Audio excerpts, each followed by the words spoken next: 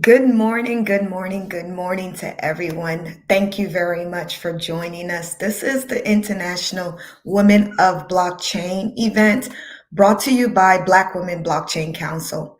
I realize that, we've been running this, but I have not told you guys about what BWBC or Black Women Blockchain Council is all about.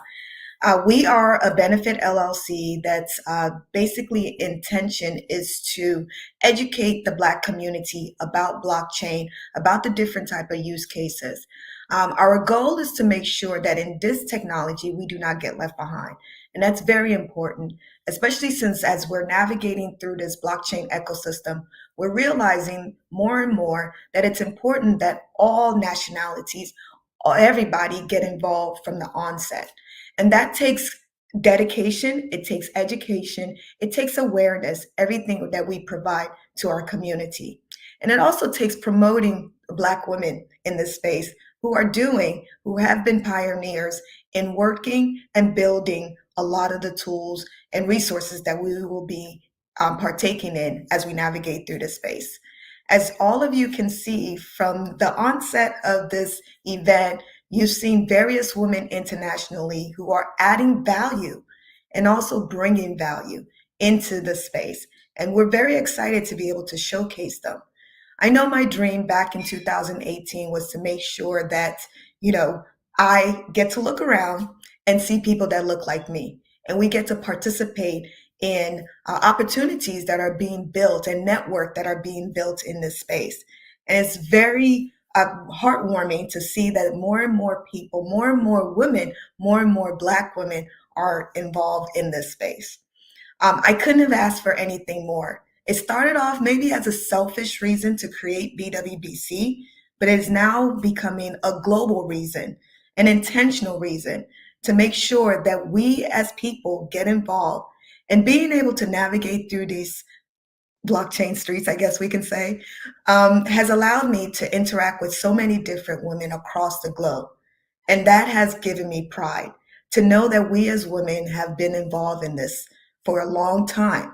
We may not be flashy or all out there, and we may not be recognized until it's International Women Day or Women History Month, but we are out there. And this event, I hope, the 18 days of it has shown you that we are involved in so many different aspects of this ecosystem that we're building. Whether it's from cryptocurrencies, NFTs, DAO, DeFi, Metaverse, and even the technology itself, there are women across the globe that are participating. There are women that look just like you who are involved in this space, and they're welcoming more of us to come into this space. That's not to leave behind our men. We understand that you guys are also in this space and are also interested. It's just that we women, it takes us a minute. It does. It takes us a minute. We overanalyze a lot of things. We want to participate, but we want to make sure that we're heading towards the right direction. And so when we're presenting this event, we're hoping that a lot of you see representation, that a lot of you are getting value from this, that a lot of you are realizing that you too can join us. We want to build an ecosystem that is decentralized, an ecosystem that represents everyone. We want your input. As you can see from some of our panel discussions, that's very important. Regardless if you're coming with opposing input, it's important. We don't want believers to just come in and be followers. We want believers to question things, to ask for things, to make sure that they participate in this space. It's very important that we navigate through this space as if we own it, because you do own it. You own a piece of it. The Web3 that we're building is all about you. It's all about community, and that's very important. And that is why we're hosting the International Women of Blockchain this entire month. That's very important for us to make sure that next to us, to our left and to our right, our sisters are with us, and we're building, we're working, and we're strong. So I'm very happy to let y'all know that we got Futuristic Friday. I'm very excited about today. I'm very excited about what we're about to showcase to you all. it's just one of the many components of this entire space. Being able to connect with so many different women in this space has been fantastic. And I thank you all for joining, for being dedicated, for getting involved, for cheerleading us on, for celebrating us, for empowering us, and for telling us not to stop. So thank you everyone for joining us, and welcome to Futuristic Friday with NiKole. Come on up, NiKole. Good morning.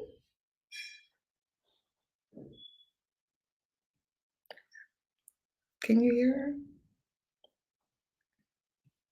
Not hear me. It is Futuristic Friday. It's on me. I'm forever on mute because I have to check that backstage. So No, you're good. You're good. And oh yeah, wanted to let you know, happy belated birthday. I did let everybody know that you were celebrating your birthday, so hopefully you enjoyed. thank you, thank you, thank you. I am very happy to have made it. I'm here and I'm being seen, and so that's cool. That's what we wanted. So that's what we got. Thank you. So today I'm excited because today is all about Futuristic Fridays in the Metaverse. Every Friday, jump into the Metaverse with me. Today we are focusing on some different things in the Metaverse. So what does it look like to work in the Metaverse? What does it look like to educate in the Metaverse? And what does it look like to teach?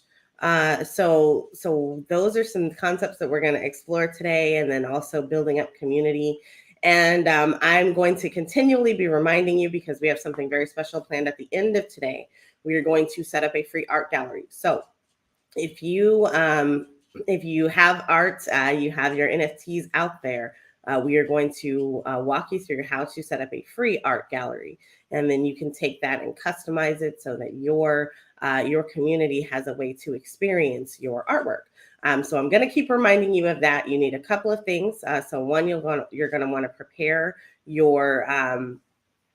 with your wallet address. You're not giving that to me, but you are going to use it on the platform.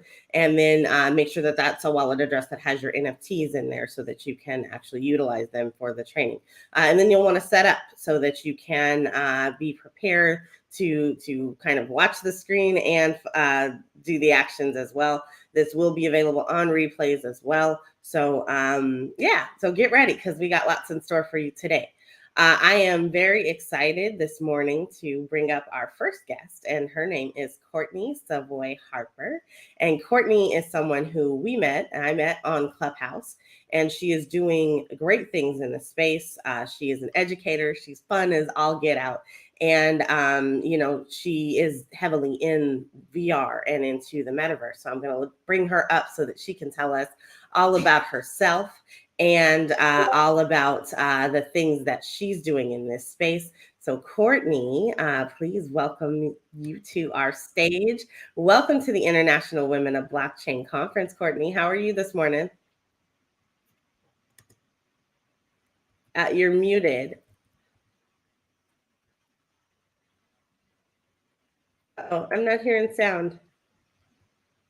Yeah, I'm not either. Well, I'll leave y'all while Courtney gets her sound together. Hi, Courtney. Welcome. I think I'm good now. There we go. Can you guys hear me? Got it. This is an amazing Friday. I was in my studio with my students, and there is a fire drill. Oh no! Fun in the middle of this. So as I was leaving, my VPN switched to now my network on my phone. So this is going well. All right. Well, what does it look like to have a fire drill in the metaverse? I don't know. Actually, I do know. Right. I do know, actually. But I'm still here. Are you okay, though?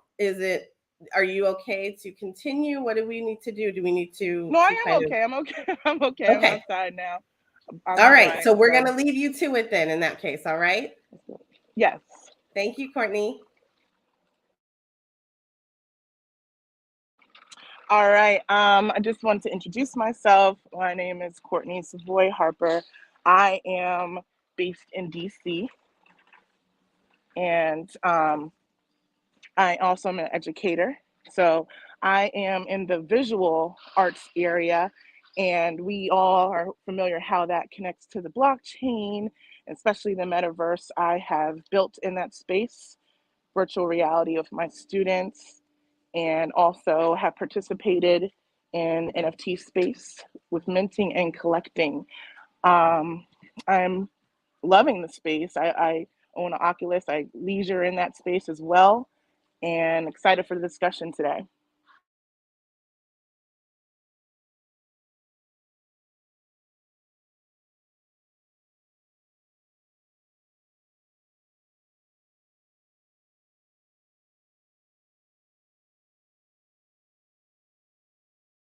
So, Courtney, tell us a little bit about the work that you're doing in your classroom for virtual reality. Well, just past spring, it concluded, but we're picking back up at the end of this month. But I'll talk about what we did do. I partnered with the Smithsonian Hirshhorn in Washington, D.C., and I taught public school students how to build virtual reality spaces. And we weren't just building it, we were answering a question to a problem that we were having. So the problem that we were having was because of the pandemic. Oh my goodness, can you hear the fire alarm? I Because can. So that's again, awesome. making sure you're okay. Yes, no, I'm okay, y'all. I'm outside. It's a drill. It's not Okay. a real thing. So because of the pandemic, we were not able to meet in person. So we still wanted to meet for exhibits and for concerts, and we have the band and all different type of things. So teachers actually recorded their students. We took pictures of the art, and we were able to display it in virtual reality with the actual spaces that the students built. So we used Hubs Mozilla. And why we use Hubs Mozilla is because it was accessible to all students and all devices. You can even use it on your phone. So it was definitely an amazing experience that it was accessible to everyone. And no matter where you were, no matter what other computer you had, you're able to do it. Wow. So what were some of the challenges for the kids? Or before we get to challenges, what was it like for the kids? What was their reception to kind of being in Mozilla Hubs or building in Mozilla Hubs? Well, the first perception was I'm not an artist. I can't code. I can't do this. There was a lot of I can'ts, but we warmed them up. This thing is really loud. We warmed them up to the idea with just mood boarding at first. Just what is your ideas of certain things? What would you like the space to look like? Everybody can generate ideas and brainstorm. So mood boarding.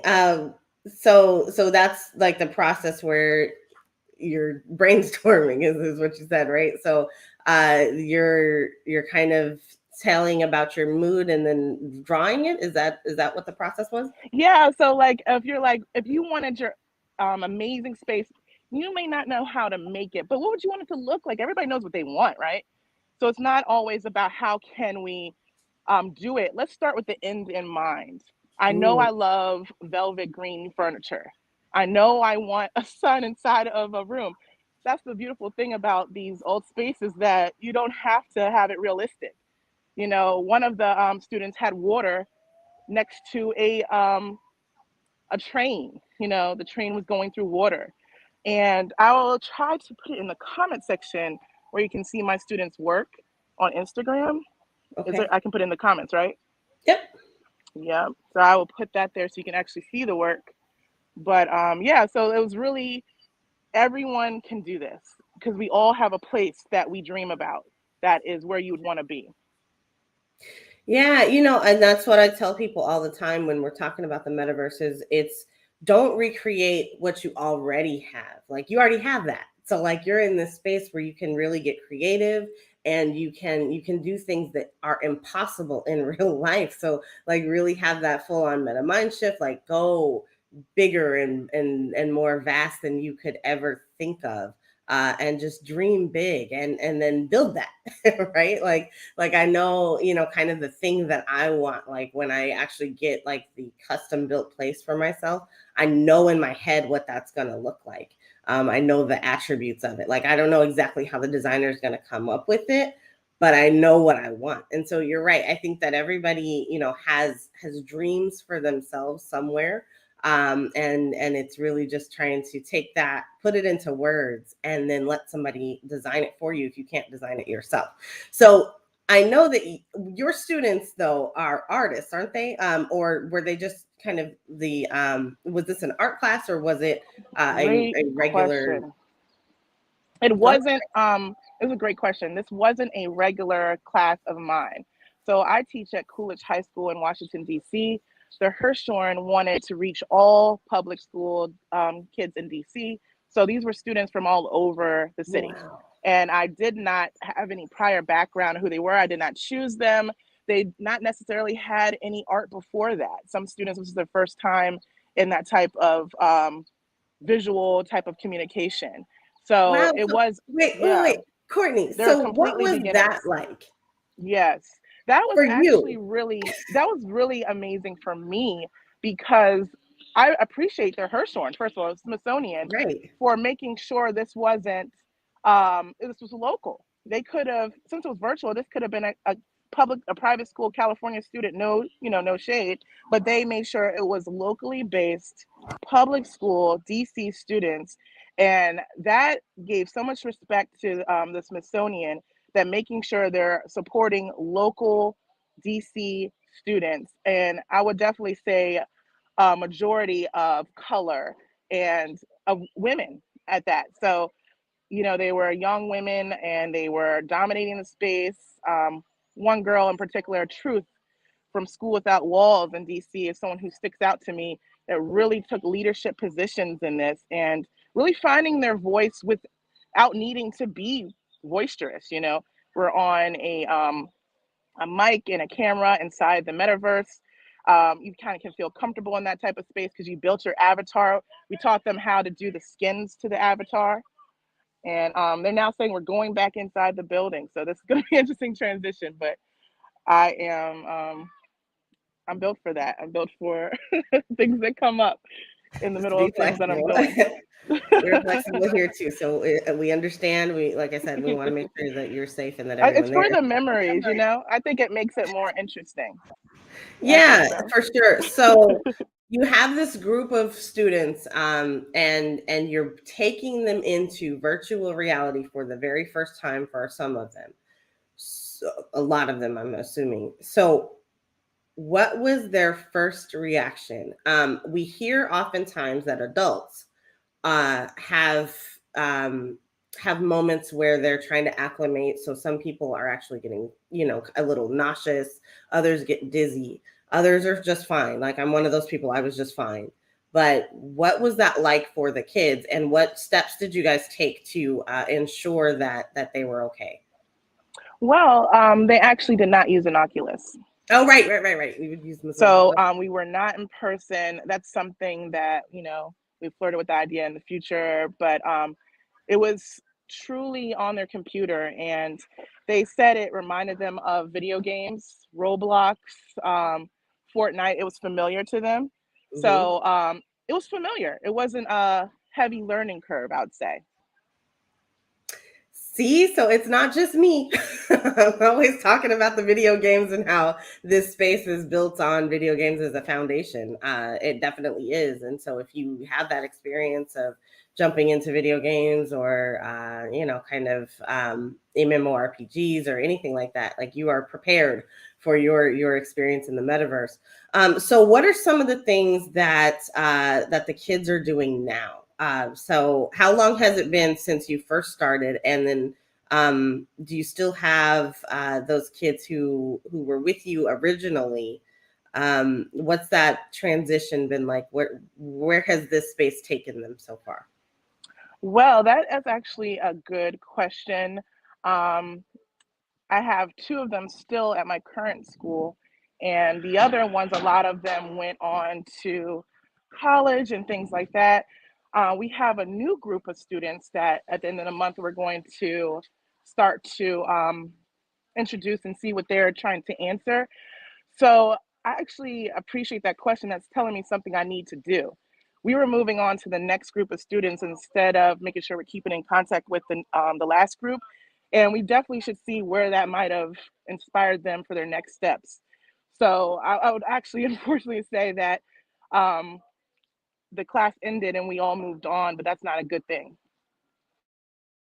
Moving on is part of life. So, that's that transition too. It would be cool to kind of follow up and see, you're an individual, right? So this is really a good, to me, it's a good test case because these are individuals who started in this space very young and are now going to grow up understanding and knowing about the metaverse. And so to see where their careers take them, that would be absolutely just, I think, fascinating to kind of look at. And then, design around. So I know there's a whole bunch of kids in Roblox. And so we have not touched on Roblox during our Futuristic Fridays in the metaverse, but Roblox is essential for a whole lot of children, for a whole lot of kids. And so a lot of them are getting into not only understanding what a metaverse is faster than their parents, but they're also learning how to use this space for careers. And so, Roblox gets some pushback, some good feedback for being a space where children can actually take and I say children, anybody under 18, right, can take a work effort that they've done and actually monetize it and get paid through their monetization program. So have you seen any of them do anything like that so far? They have asked questions about it. So obviously the big buzz is NFT world, right? Mm-hmm. So they've heard about it, they've asked questions about it, and I'm well versed in it. I know a lot about it. I'm in it, but I make sure it's on an individual basis. There is a little area I'm unsure about because they are young. Like in DC, you have to be 15 years old to work, to have a work permit. So does that change in the blockchain? We get when I do have those conversations with students, I make sure I get permission from their parents to be able to have conversations of making money, because you don't want to violate any kind of child labor laws, even though it seems fun, or of interest. But that is an area of legal concern that I have conversations about, but I'm not fully in. But the students definitely want that. They definitely want that. So it's something to explore further, for sure. Let me ask you, you touched on something that's really, really important, and that is the parents. So in a perfect world, all the parents would understand this space and they would be 100% behind you. Did you have any parents who were not wanting their kids to participate? That is a really good question. I did not have that. I did not have any parent pushback as far as creating the spaces in metaverse spaces. I did not fully roll out any type of making money type of things. There would be a lot of conversations and meetings that need to happen to approve that, especially that we know this, if they're into NFTs, that is a almost, lawless kind of land a little bit. So I think that's something educators and community and allies can really start to focus in more. If you want more students in that space, how can we make sure they're protected from all type of, fraud or places that might not be safe, or, we don't want your first experiences to be taken advantage of. I could see people seeking children as someone to target, so especially when it comes to finances. So that's something I think we all could start to focus on as a community. Yeah, I think that it is great what you're doing with the kids. And I'm really excited that the parents haven't given you too much flack about it.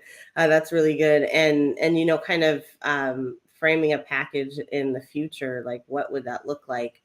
Did you guys have any activities with the students and the parents where the parents would, like, I remember back in the day, like we'd have like bake-offs or baking contests or whatever, and then like we would have you know, kind of like parent teacher night. Did you guys have parent teacher night in the metaverse, or like bring your parents to the metaverse night?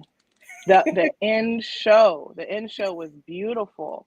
I one thing that's, you know, I've seen a trend in people who are doing amazing things in the universe is documentation. I'm not sure if one of us recorded that experience, and I'm not sure, but we had a field trip, a day of all day long in our space, and everyone throughout the district could sign up for slots, so we didn't, like, you know, overdo the server with everyone in there at once. And parents, communities, students met, and teachers met in the space, and they looked at the art, they went to the concert, they're dancing at the, you know, the concert of the actual students' music from the band that couldn't actually be together. And we were all in that space together, and it was different time slots. And I feel like I needed to make sure there was an opportunity to document that. I think somebody did, but we definitely were all together with the parents and community and the students. So that was the end exhibit when we were finally able to display and explore all that we have built. Wow.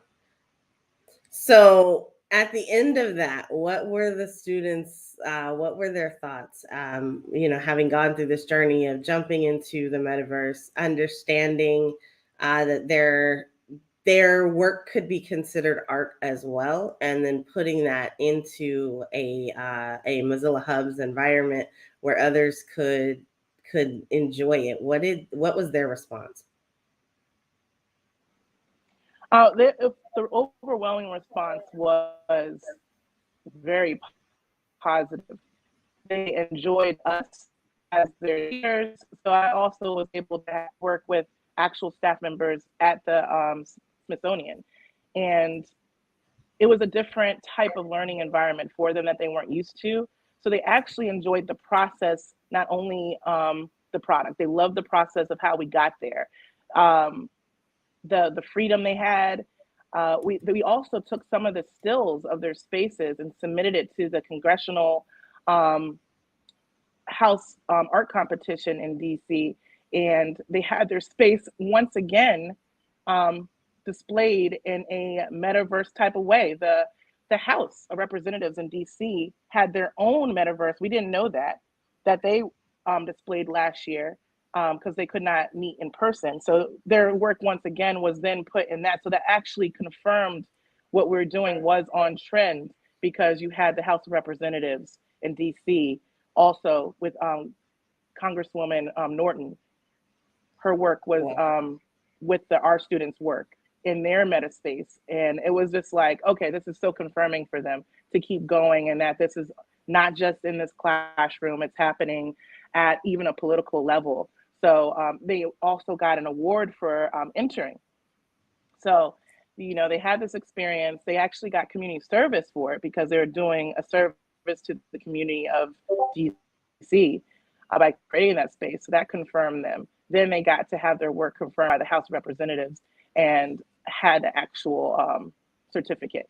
So yeah, Wow. it's I wish I could have had that experience. That's what I always want for my students, is something I never had. I've been tech since the beginning, but to this level, I'm very happy for them. And I'm sure they have to understand that even though the pandemic is, you know, I wouldn't say over at all, but it's still something you can use for when you're distant from someone, or a better way to show something because you're in a engulfed space instead of a two-dimensional space. Speaking of spaces, so if I pull up your Instagram, can you walk us through some of the experiences that you've created? Is that okay? Sure. And also, Okay. that is the way to get to my students' work too, the everyday Coolidge in the bio, Oh, but we can go through my stuff as well. So which would you rather me show? I can show either or both even. We can show both. We can show both because Oh, wait a minute. This is the I actual think hub. Yeah, let's walk through that. Okay, so I want to show this one first. and Yours. if it's loading, I think the server may not have been renewed. Oh, So okay. for the link, it was working, but I think we gotta pay some bills there. So Got it. Understood. it might be Hey, that's better something to see it. consider. So anybody, kind of Yeah, thinking so about. this is my work, Yeah, this is right? yours. So tell us about what we're What you're seeing. This is looking the at, very last yeah, one. right. Oh, And if you're you look breaking up. at the middle one on my oh no, can you hear me now? It's not good. Yeah, we can hear you. Go ahead. Uh-oh. Okay. First of all, thanks to y'all because now the fire drill's over. I'm back in the classroom with my students. Safe I'm and with my sound. AP students, so they are self-sufficient. And yeah, so this is, it's for the memories. I'm back here. So that transition made me break up. But what you're looking here is how I do my pitches for my artwork. And if you actually go to the middle post on that first row, you'll see the whole pitch.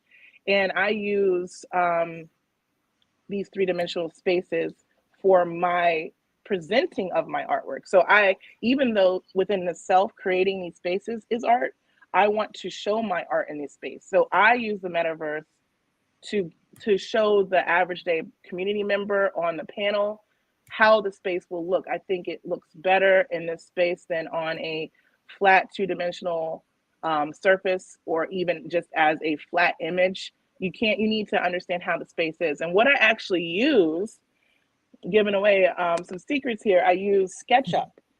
I use an architectural program called SketchUp where I actually build in real life like an architect. I build spaces this way. And it does actually translate to building spaces in the metaverse and virtual reality. And I use 3D Max to give some lifelike qualities to the objects in the space. Now hold up, because we're gonna sit with that for a minute. So you got this lady walking through this door right now as you're panning across the scene. So is that is an actual avatar and what we call an NPC, so a non-playable character, kind of like positioned in your space, or is she? She is an asset. Created? She's an asset. Okay, and an avatar, asset, like an inexperienced asset. Okay. And yes. so what kind so of like she's running on a track? Is that what that is? Or yes. I told her where to go. She is a bot. Okay. She is not a person. Yeah. That is so cool. Like I know that I can't get into the other experience, but I did, look through some of your other things out here. Do you have anything specifically you want us to kind of check out? So that we can see kind of the full breadth of what it is that you're doing.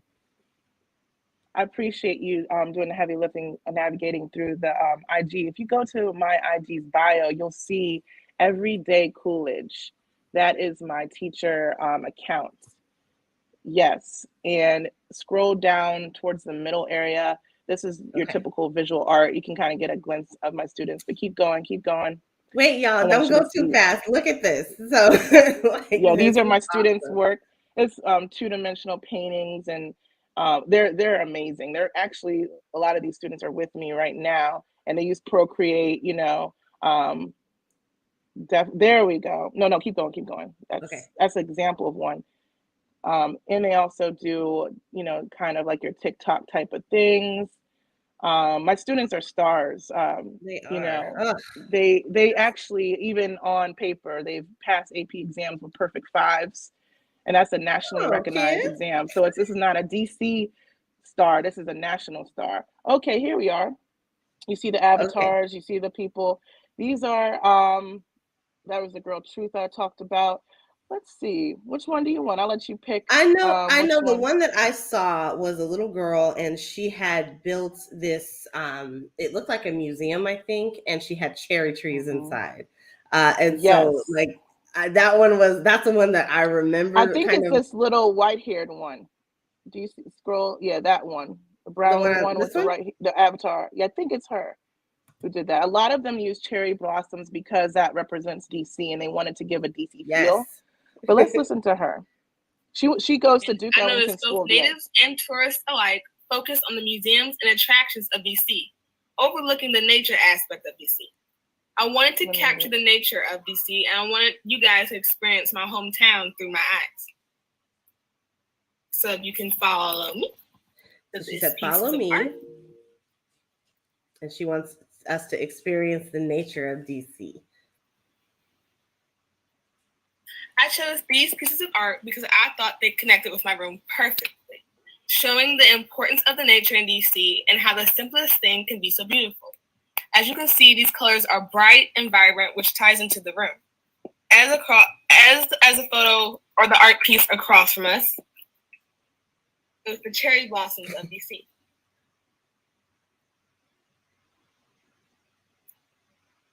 Now we're going to go to the middle of the room.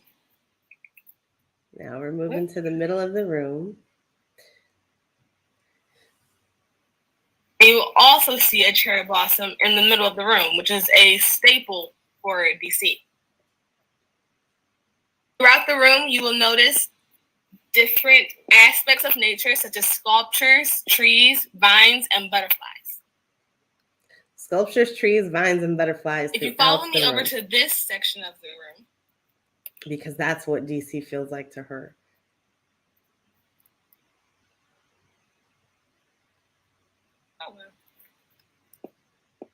You will notice a sculpture with a butterfly. I've always felt connected to butterflies because I believe they represent peace, freedom, and overall joy. And I wanted that feeling to be in the main focus point when visiting my room. If you follow me up the stairs,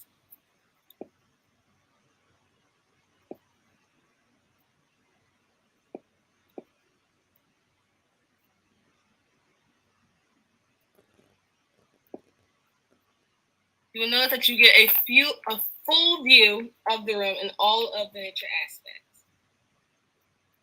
Especially standing from this tree right over here. You can get a full 360 view of the entire room. She said she wanted you to have a full 360 view of the entire area. So thank you for visiting my room, and I hope you enjoyed your visit, and I honestly can't wait to see you guys again. Hello, Yay. my name is Ayana. All right. So that is Ayana's face, and she she's so beautiful. Yeah, it is. And I remember this one because I've scrolled through your page a couple of times, and just kind of sat with some of these experiences from the kids. But mainly, kind of gawked at the artwork and kind of wonder why I'm not an artist. But these kids are so talented, and you are so in such a space to be able to influence and affect change, and just supporting them and their dreams and their hopes. And look at this! Oh my God, just the things that they're able to do. I love it. I love it. Love it. Love it. So, while we are talking about that, I do want to quickly say to you, Miss Courtney, that you're a bad mamma jamma all by yourself. So can you tell us a little bit about the things that you've been doing in and through all of these spaces as well? Thank you. I feel I love that transition. I do feel empowered by my students. They actually teach me to be better because they're looking at me. They're watching me. So me and myself, I have been, a professional artist for about 25 years and 15 years of teaching. And in that space, I have explored two-dimensional art and also three-dimensional art. I've always been tech. I graduated from Hampton University with a art degree in graphic design. So it was always my area I was going to be. My mother was a part of something called SECME back in the day. I don't know if that is for the old school girls, kind of like the STEAM that is today. It was called SECME and it had, those acronyms of science, tech, engineering, and was for in education was at the end. So with the seeing her do the engineering, building the computers and things like that, I felt like that's where I wanted to go, but it wasn't giving me the visual. And I'm not sure, can you guys hear me at the moment? I do want to do a check-in. Yep. Can you hear my mic? We can hear you. You're perfect. Okay, just want to make sure. And that all that stuff started to make sense as I was navigating through college. And I knew I wanted visual art as well as the building aspect of technology. And graphic design was good at that moment. And I graduated and went on to a design firm where I felt stifled and not being able to be creative. And I found teaching, which is something I tried to fight because my mother was a Spanish teacher, my father was a math teacher, and I did not want to bring work home like them. I wanted to do work and, go on about my business, but it was inevitable that that was the area I was going to go in. So, while navigating being a personal artist and teaching, I'm able to do shows, be in galleries and residencies. Some of the highlights of my career would be the Haitian Embassy, where I was able to have my work curated there. And the public art that I have 5 public art pieces in Washington, D.C. I have a meditation space. I've done 2 gym designs of artwork that can be seen on my Instagram. I also have 2 paintings in public spaces through what DC calls DGS.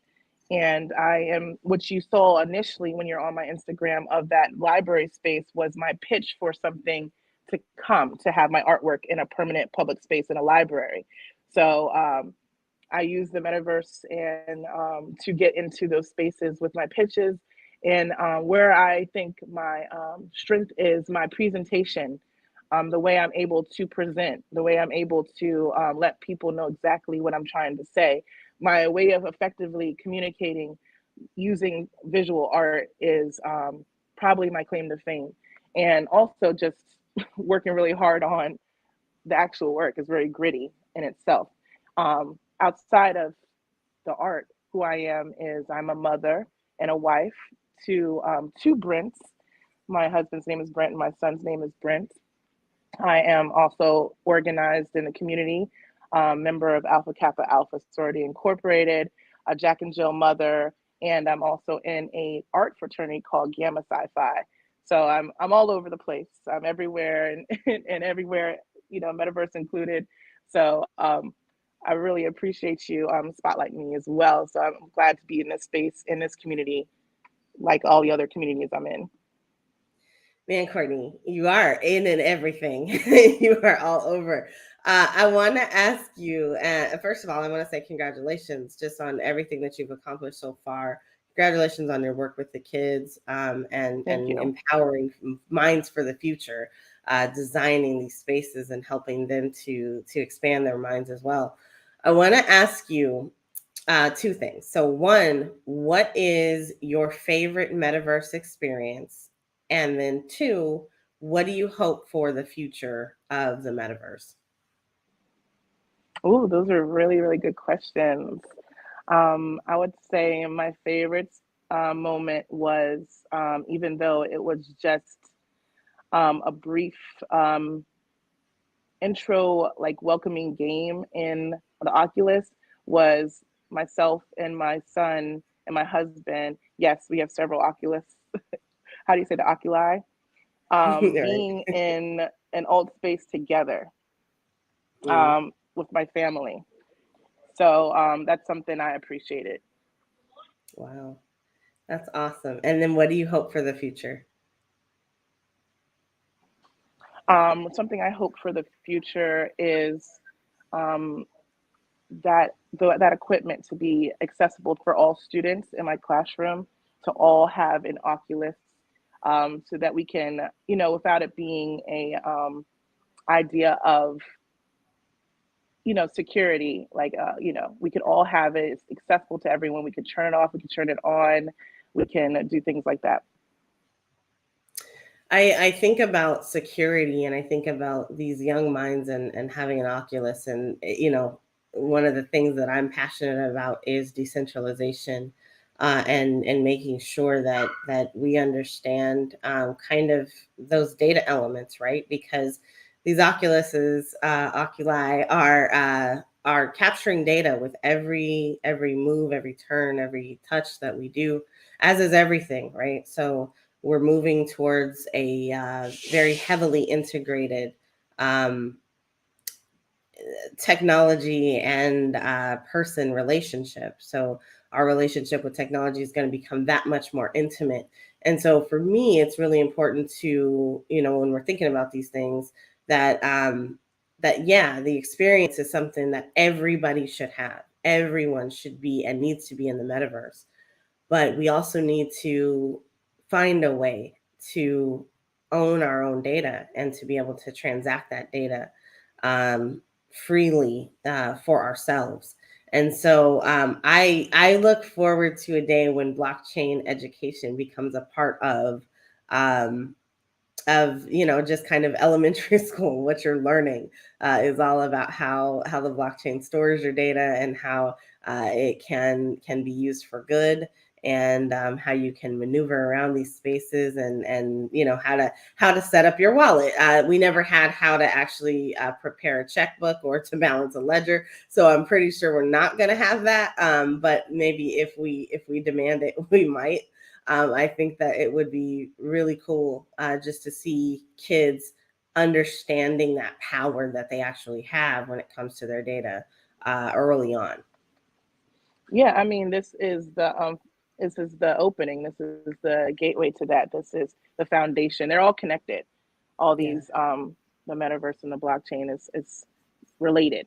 So I definitely see, we just want to make sure it's safe, and they feel that their questions can be answered properly when in those spaces. Right on. That brings up one more question. I know I said I was done, but I'm gonna let you go in just a minute. So what do you think of kids in the metaverse? So maybe not the 15 age range, but right now we have 8-year-olds in the metaverse that are hanging out in the same spaces as adults.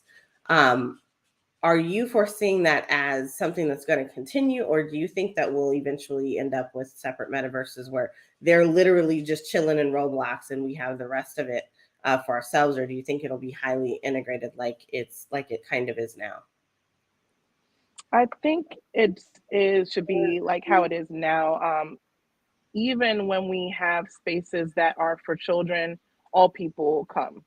We mentioned Roblox. I play Roblox with my son.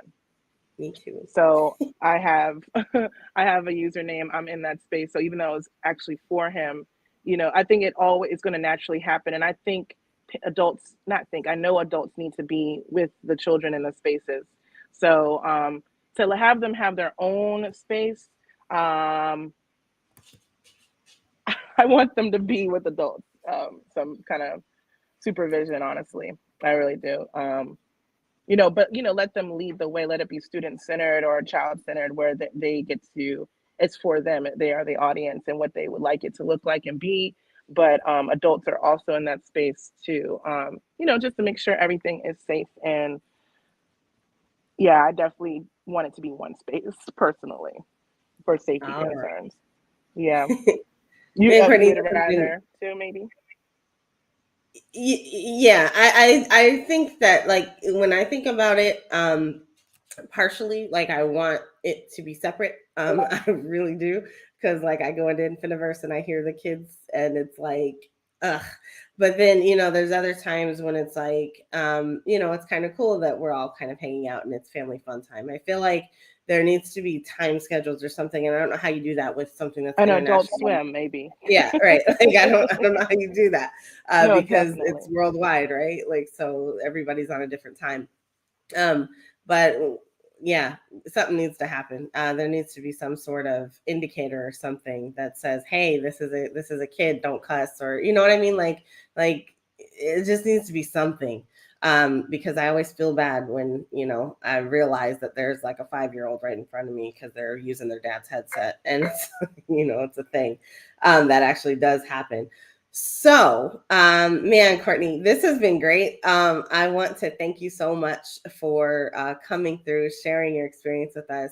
We look forward to everything that you're doing in the future, and continuing to highlight the success of you and the kids, and just kind of your work in the space. So, thank you for coming to the International Women of Blockchain. And I would love to thank you all because as you were talking to me, you really wanted to get to know me. And I kept on reverting back to my students. A lot of times, teachers that's all they're thinking about is my students, and going back to what they're doing. So I appreciate you making the space and forcing me to center myself as an individual woman in the space and to shine in that way and to stop being so underneath a rock and come out and let people know who you are. And I also want to thank everyone who is listening and viewing because there were so many things I was going through on this call. You have no idea, actually. You have a little bit of an idea, but you have no idea. So that we were able to like get through the hour, and it was really, really pleasant despite all the challenges with what's going on. And that just shows you how technology and life is. You got to keep going through all the hiccups and things like that. So I want to thank the viewers and everyone who's here to still find interest in what I'm saying, despite all the unauthorized things I didn't expect to happen. Yeah, eyes were glued and ears were too. This has been great. Thank you so much just for coming through. And again, I want to make sure that you and the kids are safe over there, and that you can continue to do the things that you are doing, because it matters and what you're doing matters. And I love that you're right down the street. So that's awesome too. We got to get together sometime for a VR meetup or something in the future. So thank you, Courtney. Thank you so much. Have a great day. You too. Hey guys, welcome to Futuristic Fridays in the Metaverse. I am NiKole Maxwell and I am your hostess throughout this day.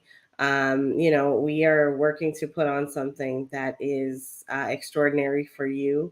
And part of that is recognizing that we are here and that women are here all across this space. And we're making strides and doing some really fantastic things in this space. So, not everything is going to be flashy and glitzy when we're talking about the metaverse. We want to really empower with knowledge as well, because that's important also. So today we are focusing on education. We're talking about working in the metaverse. We're talking about building communities in the metaverse. And we're talking about taking your business from the 2D space that you're used to into a metaverse experience. So I really quickly want to just kind of tap into what is the metaverse. So first of all, I want to say that the metaverse is still being created.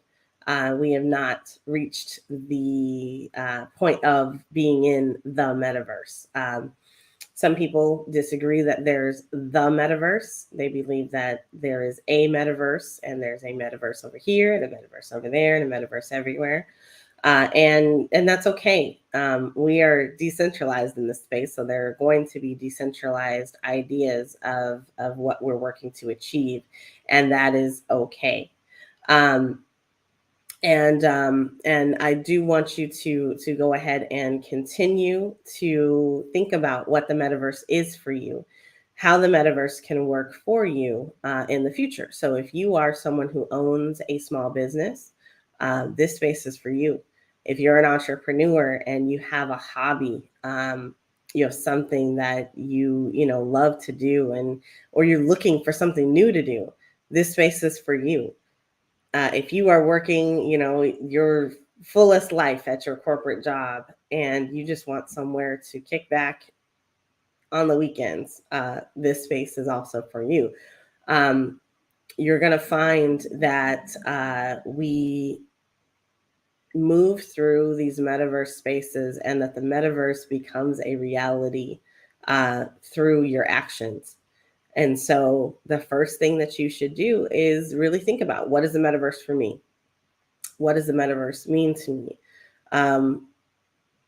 and just kind of think about all the different things that that you can do in this space, because there's certain stuff you're limited to in real life. So you're limited to 4 walls around you in real life. You're limited to a building that you can afford, or or something that's open. You might not even have that option. So definitely think about what the metaverse can do for you and how you want to start to understand it. That's really important. So we've had a couple of different presentations over the last few weeks on what is the metaverse. I took you into my very, very, very, very high level introduction into what the metaverse is. And then, we stepped into a deeper dive with Brittany last week about what the metaverse is, and defining that a little bit more. And I'm sorry, Brianna, I keep saying that. Brianna Faye walked us into kind of the deeper dive of what the metaverse is and the different components of the metaverse, where you have AR, VR, and Web 3.0, as well as the blockchain. So putting all those things together gives you the capability of having something called virtual real estate. And virtual real estate is where you can take a plot of land and buy it. And just like you would buy a plot of land in real life, you're buying a virtual plot of land. And then you decide from there what you want to do with it. And that can be anything. As long as you can find somebody to build it for you, you are in the right space. So first of all, I want to encourage people to go ahead and think about that. If you are an artist and you can do 2D design, it's, I hear, a hop, skip, and a jump away from you being able to design in 3D. There are platforms like Blender. There are platforms that allow you to actually create these 3D experiences and learn in a way where it takes you from the very beginning all the way to kind of the more advanced information. And a lot of these platforms have that kind of thing for free. And so it's really important that you be able to negotiate and navigate using that. You can use that as a way to help build the metaverse. So that is what we need. We need artists and folks who are, graphically inclined to help build out the metaverse, because in a minute, people are all going to be like artsy, and they're going to be, their schedules are going to be jam-packed with these amazing projects. And those of us who need metaverses may not be able to find them. So if you have a talent and skill, we need you. We need you to start learning now. So that is my call to action for this moment. We are going to go to a really quick intermission. It's going to be about 5 minutes. And then I will introduce our next guest, who's going to talk to us about community and virtual real estate. So this is NiKole, and my voice is resting. Thank you.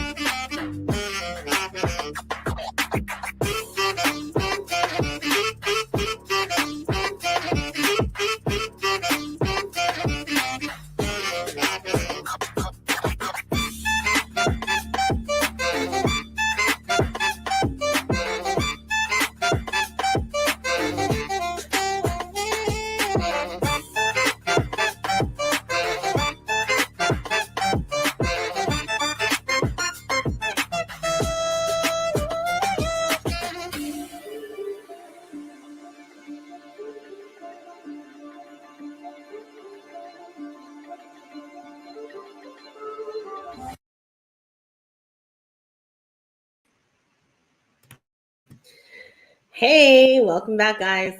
So we are here on Futuristic Fridays in the Metaverse. I am your hostess, NiKole, and we are talking today about the Metaverse. So what does the future look like in the Metaverse? How can we get there?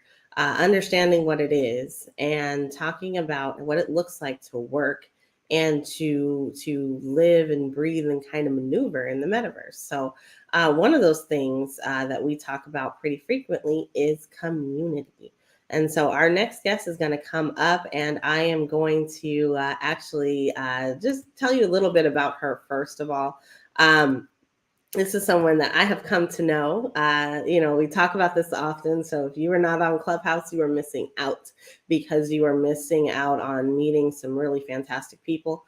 And so with that said, Pamela is the founder and chief executive of the Vrickarati Group, where she helps her Web2 clients integrate into Web3. She prepares the multiverse community for the impending clash of big tech and the family business.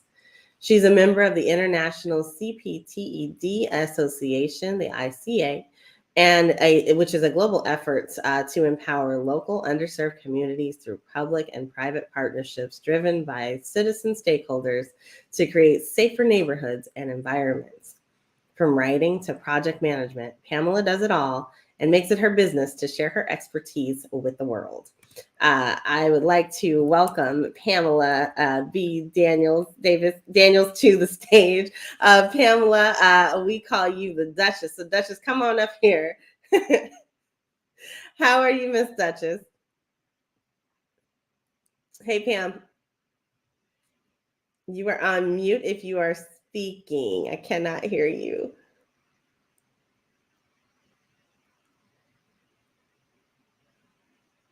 You are unmuted now, but I still cannot hear you.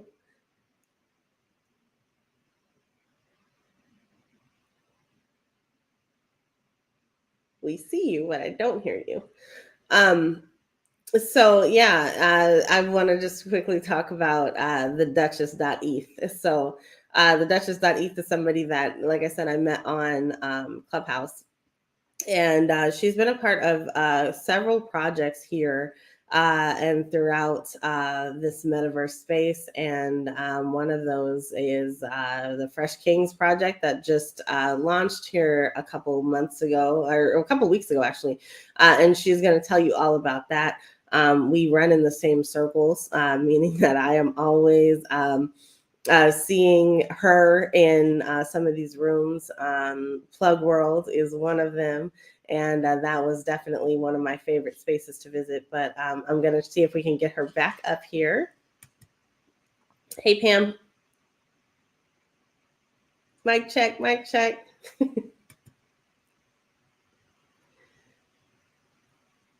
I know it's worked before.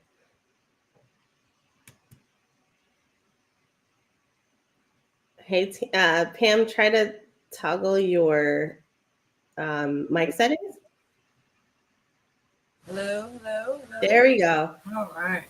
There we go. I am that girl with the sound issues all the time. Okay, so I appreciate it. You are fine.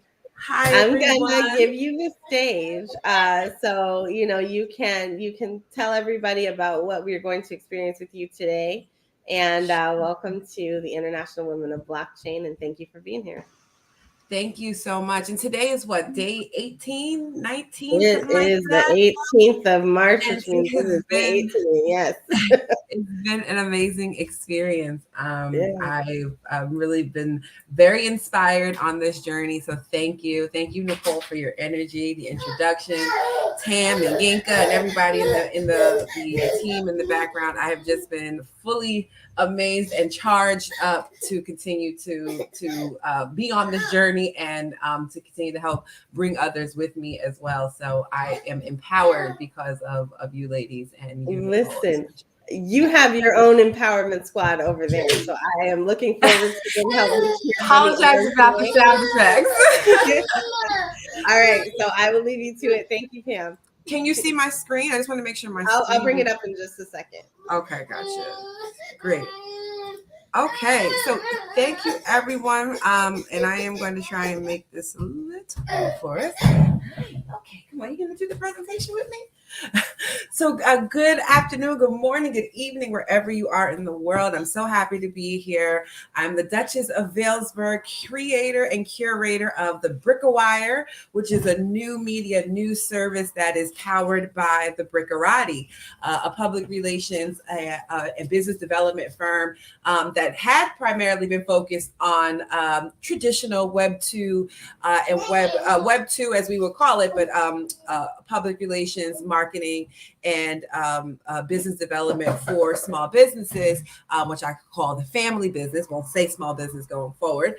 And I was really excited to have my entire life completely changed once I began this journey myself, which I call the Web3 Wander. So today we're going to go into just a little bit of that wander myself. As I said, Brickawire, which is a new media service that I am developing in concert with many amazing people. It is a cooperative approach to marketing and public relations, sales, and research. And all of this because of the ongoing learning curve that I am on in trying to instill these principles of decentralization and the unknown infuse it into my business and infuse it into the interventions and the demonstrations that I prescribe for clients. So I'm really excited about the digital world, the innovations that are undiscovered as we all continue to trek forth in this space. And it's really exciting to really redefine what we know as new media, what we know as news media, or what we know as press, what we know as research and development, because everything has been driven by the idea of scarcity. Everything has been driven by the idea of competition. And so when those are no longer the driving factors, when creativity is what's driving our everyday, when our imagination is the only thing that can limit us. How will that reshape what we view as traditional means and modes and methods in all kinds of fields? And so I'm really excited to explore that. I'm in the process of exploring that, and anyone who is a part of or looking to change directions and really to innovate in the digital marketing space and the media space, in the community organizing space, and we'll talk a little bit more about that going forward, then this project might be for you. So Brick of Wire, as I said, is a new media news service. It's delivering pipeline information as well as goods and products and services that are all a part of the share-worthy economy, as I like to call it, and really recognizing that what we know today as not only as media, but as television, how we experience television and entertainment, it's all changing. And so there's some innovations going on without giving away all the goodies right now. And so if this is your field, if you care about how our communities throughout, not only throughout America, but our global communities, how we are, what our current relationship with news and marketing and media are currently. If you don't like what it is right now, then I do invite you to join the party. But as for me, I've been on this Web3 journey since late summer, early fall. You might see my my avatar, my PFP right here around the community, and that's me. And yes, I asked that question, that extremely scientific question, what the hell is an NFT? I asked it around about September last year. I want to say maybe August, when if you heard my opening remarks before, when my sister explained that she was purchasing, or a friend of hers was purchasing a pair of shoes, some stilettos, that were never going to be worn in real life, but they were spending quite a few fiat dollars on it. And that was when I started paying attention and asking the question of what is an NFT. And mind you, she had been on this journey way longer than I had. Apparently had been having conversations around the dinner table about cryptocurrency, and I was paying zero attention. But when she told me about those shoes that was never going to see the light of day on this side of the earth, and and I had to wrap it around my head that someone was paying some big dollars for this, it sat me right on down. And I never stopped asking questions. I started going down the rabbit hole, as we say. I stumbled upon Black Metaverse and blockchain gospel and background and down. And I settled for a while in Plug World because it was really the first time that I was just sitting and listening to conversation that was just at a level that I can understand. And I got comfortable enough to ask questions in that room. There was just so much talking past me going on a lot of times, and everyone learns differently. I know how I learn, and it was just the cool and calmness of the room that would kind of bubble up into like these moments of chaos out of nowhere, which was really amazing to see, where all of this just learning and info sharing was happening around me. But I was able to kind of just be in a study place at really weird hours of the night because it really was a global community. And so, I went on this journey, or the Web3 wander, as I call it, and I was really able to dive in and start understanding the Web3 principles. And as a creative placemaker, which I'll talk about in a second, it was really easy for me to start to see a lot of parallels in the work that I have done traditionally, as a community organizer and as a economic development practitioner in the nonprofit space. Creative placemaking is a discipline, if you will, of planning, urban planning, that recognizes the fact that you need the art community to power intervention that is meaningful and that activates local people to authentically create those economic outcomes. And so having had that background and recognizing that we're redefining space and place in Web3, it was really just fascinating to me, and just opened my mind in a way that never had before. I hadn't heard of the word cryptography before, but was very, very attracted to the concept. And then I started understanding or hearing, more and understanding about the cryptocurrency conversation that was going on around me. And even that started to take a different shape as I started to understand that cryptocurrencies themselves wasn't just money that existed in a vacuum, that every currency has a parallel project. And so these were concepts that took time. It took time to understand. But as it was stated earlier in prior sessions, one day in NFTs is like a week, right? Or a month. And so the learning curve is steep, but it's fast, right?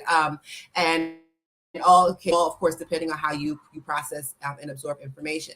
So I say all that to say that there were these parallels that I just started to see, really recognizing the power of a space to become a place, space kind of being this existence without character or without definition, and then the narrowing to place, that place is something of value, that we are all creating a place that is identifiable, that is something that we are congealing around, that we're coalescing around for a reason, right? And so as I started to learn about these communities even more, and the community, as the community dynamic started to become even more clear, again, I just could not escape the parallels. I'm like, this is totally creative placemaking, but in the virtual sense, right?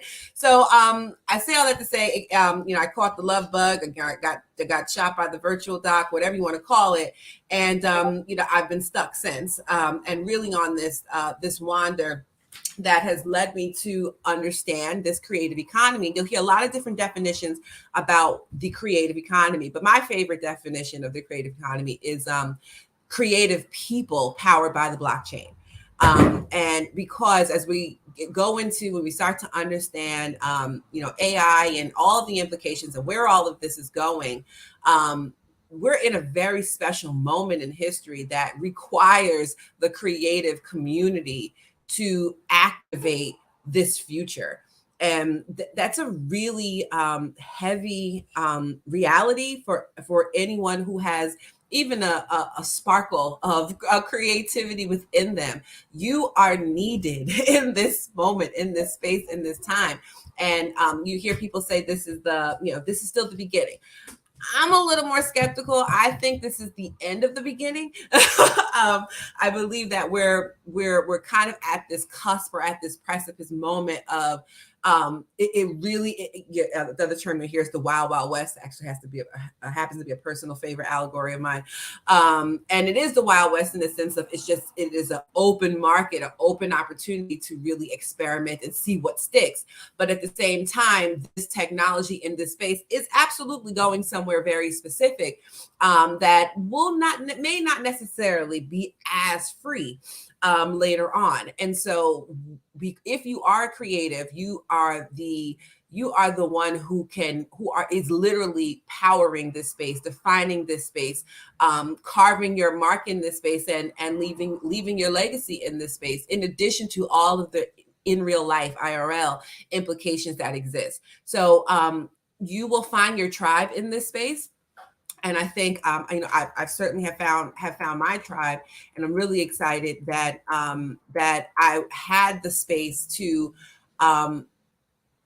realize that my kind of art may not look like your kind of art, but all forms of art and creativity are needed. And so for me, on this Web3 journey, as a born and raised Trekkie, not as, I'm not a gamer, so I don't have the advantage of that gamers have in terms of the, we're late to the party in terms of the immersive experience and how transformative that is for one. And of course, the kids who already been ahead of the game are leading the way.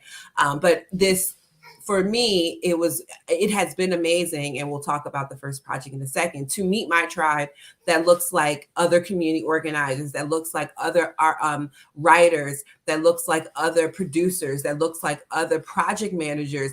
I happen to be an infrastructure specialist, and my idea of vegging out on frameworks that can create, that hold up the structure and the enterprise of a company, and how that is uniquely designed, what that is able to fortify for a company. There's a lot of creativity that goes into that, in as much as is technical. And I have met others who are just as geeky as me in that space, and we are artists as well. It is an art to be able to form that. And I have not found those individuals in real life, but I have found them in Web3. And so your tribe finds you in this space, and embracing that, I think, is extremely critical in landing in the right community. But I'll even say that with a caveat, to say that every community you connect with is a part of your learning journey, and you can't accomplish what you're meant to do without accomplishing what you've experienced in your past, right? So I think that every community that you stumble upon, you embark upon, you volunteer for, you connect with, you invest in, is all a part of your journey, all a part of your narrative that will certainly shape what you're able to accomplish in the future. And so so take every single experience, and embrace it. This experience that I'd like to start talking about today is the Fresh Kings experience. And this is a community that I accidentally fell into. I didn't know I was a part of this project until like a few days before the first drop. But I had been contributing to the project as a creative contributor, as an ideator, for some time. And because I wasn't thinking about it from I'm working on this project perspective, as a compartmentalizer, in order to keep my sanity, all of the components of everything that they were doing, it just hadn't settled in my mind just yet. But I was in love with the concept that they were working with, because Fresh Kings is all about this new term, #edutainment, where we are recognizing that it is through the creative arts that we're able to speak to our community and to impress upon them what's important, right? So I do encourage you to visit freshkings.com, and that Z stands for Zeal, and where you can learn about the comic that we'll be releasing very soon, the Zeal Club, which is the community that comes together, to ideate and support the creation of this comic series, but also to develop all of the different things that we're doing within the community. There is a creative studio. There is a writing committee. There are a number of uncharted activities as we continue to roll out the community itself. But what's really amazing about this project is that it's designed for you to tap in as a writer, as a comic designer. The concept is that the Zillionaires, again, it's the comic, are these characters that are part of a galaxy that has 25 planets. And so everyone who is a Genesis card holder, which is the King's card that you can see there, is a planet leader. And so this is space and place. This is not a metaverse just yet. There's no metaverse here. However, it is a metaverse universe, right? Conceptually. And so the 25 planet holders are societies that have to be built up. And there is a Zillionaires timeline. That's the master timeline, right, of this concept. However, each planet veers off from that timeline at any point in their own individual histories, and will experience a crossover at some point as the comic continues on in its journey. So, for example, I am a planet holder as well. My planet is called Planet Sela, and I don't think we're anywhere near being a part of the main timeline just yet in terms of the Zillionaires comic book. However, I have created the backstory for Planet Salah. I understand the moment of intersect in the timeline between Planet Salah and the Zillionaires volume, initial volume, and at which point my story connects to that. It will connect at a very particular point. However, I can build out the entire, an entirely separate tangent, if you will, and of this concept on my own and in my own capacity, and bring it again forward at the proper moment to this particular timeline. And so there's 25 opportunities to do that. Less now. I think we're more than halfway done with the planets. However, there's so many ways to still continue to tap into the story, to write your story as part of this story, or to bring your dimension, your world into the story, because not only is there the planet holder concept, but then every planet needs a population, right? So we have a drop that's coming up that's actually of the Zoids. If you look in the background of the Volume 1 magazine, there is you can see a robot face, but it's a Zealzoid, and that the Zoids are going to represent when you purchase that NFT, it's going to represent your citizenship, right? And so you can be a citizen of my planet, you can be a citizen of someone else's planet. So we're going to be building out this society, we're building out this universe, we're building out the storylines, we're building out technically a franchise of the main characters, but we're building out spin-offs, and how that story comes together just for my planet alone, there is limitless possibilities, right, of what that can look like. And so I'm very much so interested in connecting with other writers, connecting with other ideators who want to build out a galaxy, who have a concept of some mannerisms of a people, and let's talk about it. Let's see if it fits in my planet. Let's see if it fits in someone else's planet. Let's see if there's a whole other level that can be done here. But while we're doing that, we're actually going to be not only educating our community about what all of these concepts of NFTs and Web3 and cryptocurrency and blockchain is all language that's layered in this comic series. And so what else can we be teaching our communities when we are in control of the narrative? And so that to me is the most exciting aspect of this. Personally, full disclosure, not necessarily a fan of manga.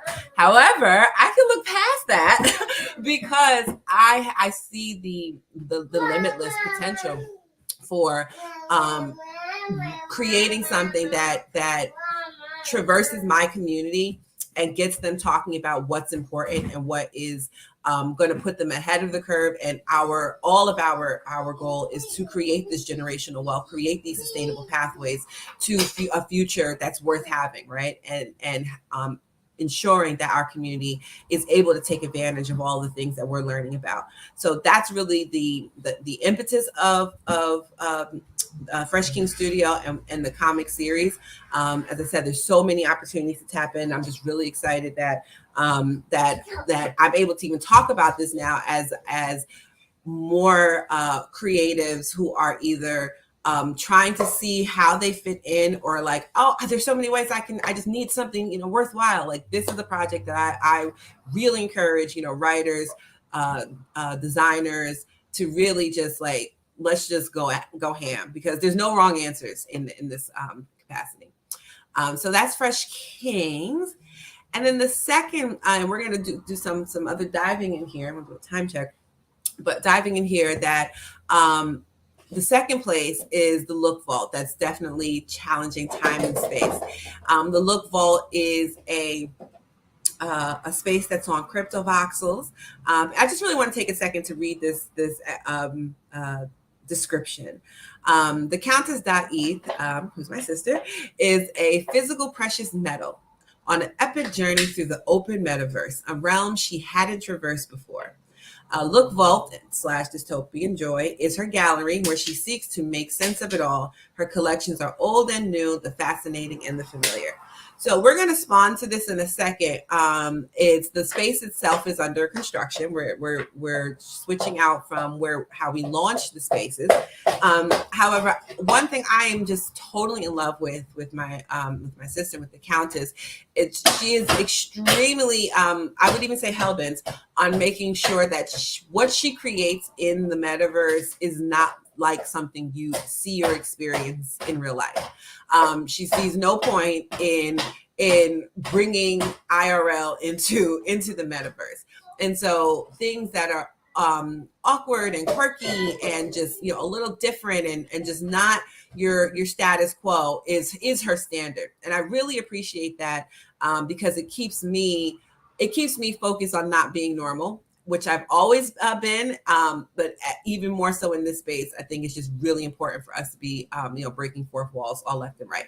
So I just love that description. I love how she calls herself a precious metal, and she is the Countess of Coins, so it's just fairly appropriate.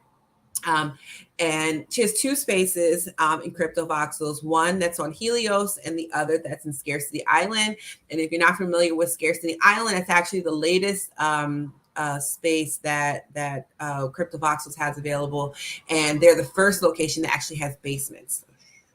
So we launched the first location on Black Friday in 2021.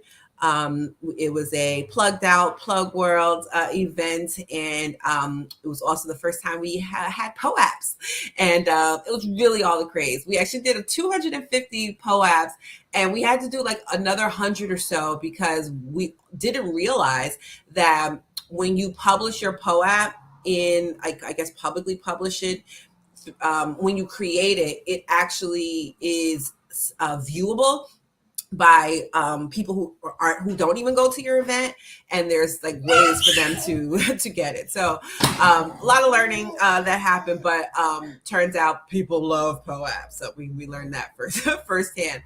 But it was a really great Black Friday, and then we tested out a Christmas Day event. We're like, hey, we wonder if people want to do a Christmas Day, and we had a Christmas Day fashion show.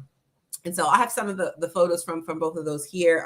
As I said, when we go to the space, you'll see it's under construction. So there's not, the gallery images are no longer there, but some of these images showcase that. And it was just really awesome to see how she reimagined a Christmas tree, as you can see in the background here.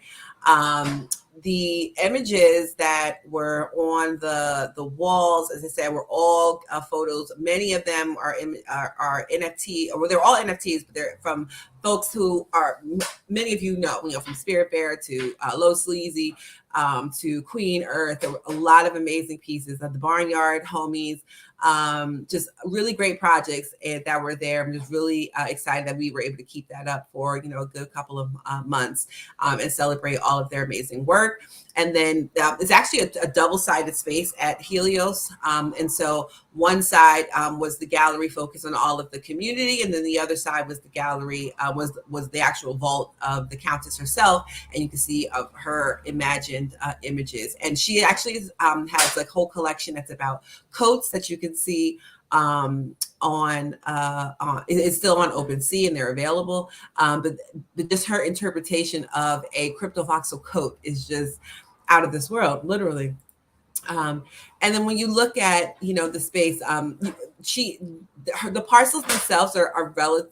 Hers are relatively small. There's some parcels that are like huge, right? But when you understand the dynamic of your size, right, and height and width and columns and all of that, you really are.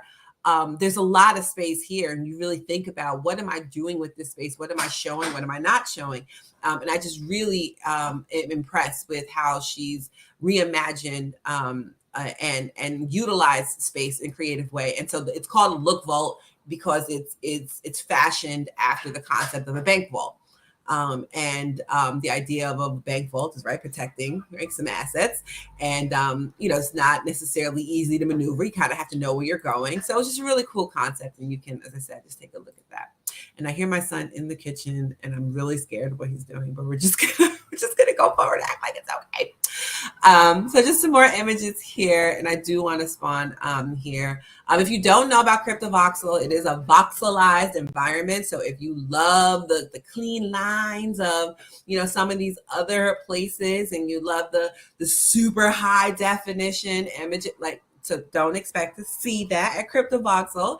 It's a little pale and pixelized, and it's a people love that, and it's like they love it to like cult levels. So, and really, it's just a really beautiful space to learn on because of the way in which it is a easier space. I'll put it that way. And some have said I happen to be very challenged when it comes to technical digital creation, and so I think all of it is extremely hard. However, I have heard that it is easier to learn. I want to, and I don't know if you guys can see this other screen, or do I have to move this? So yeah, I don't know if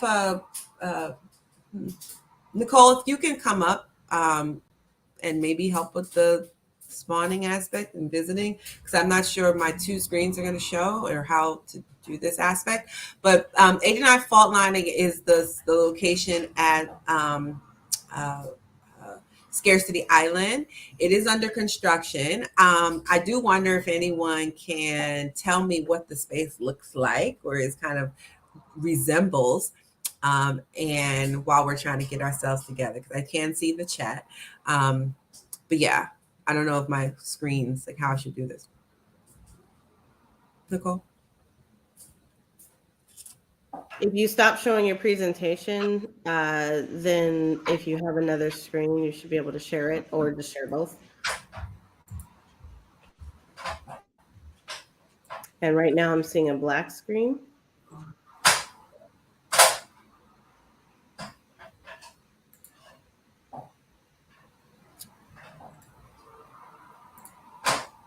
So yeah, down on the bottom, if you click on share and then share screen, you should be able to share a specific tab. There we go. Okay, cool. So what are we looking at? So we are at 89 Fault Line. This is on Scarcity Island. And we're in Cryptovoxels, right? In Cryptovoxels, yes. And so this space that you're in right now, what is this called? Besides the name of it, what is it? It's a voxel, but what is a voxel for those who don't know?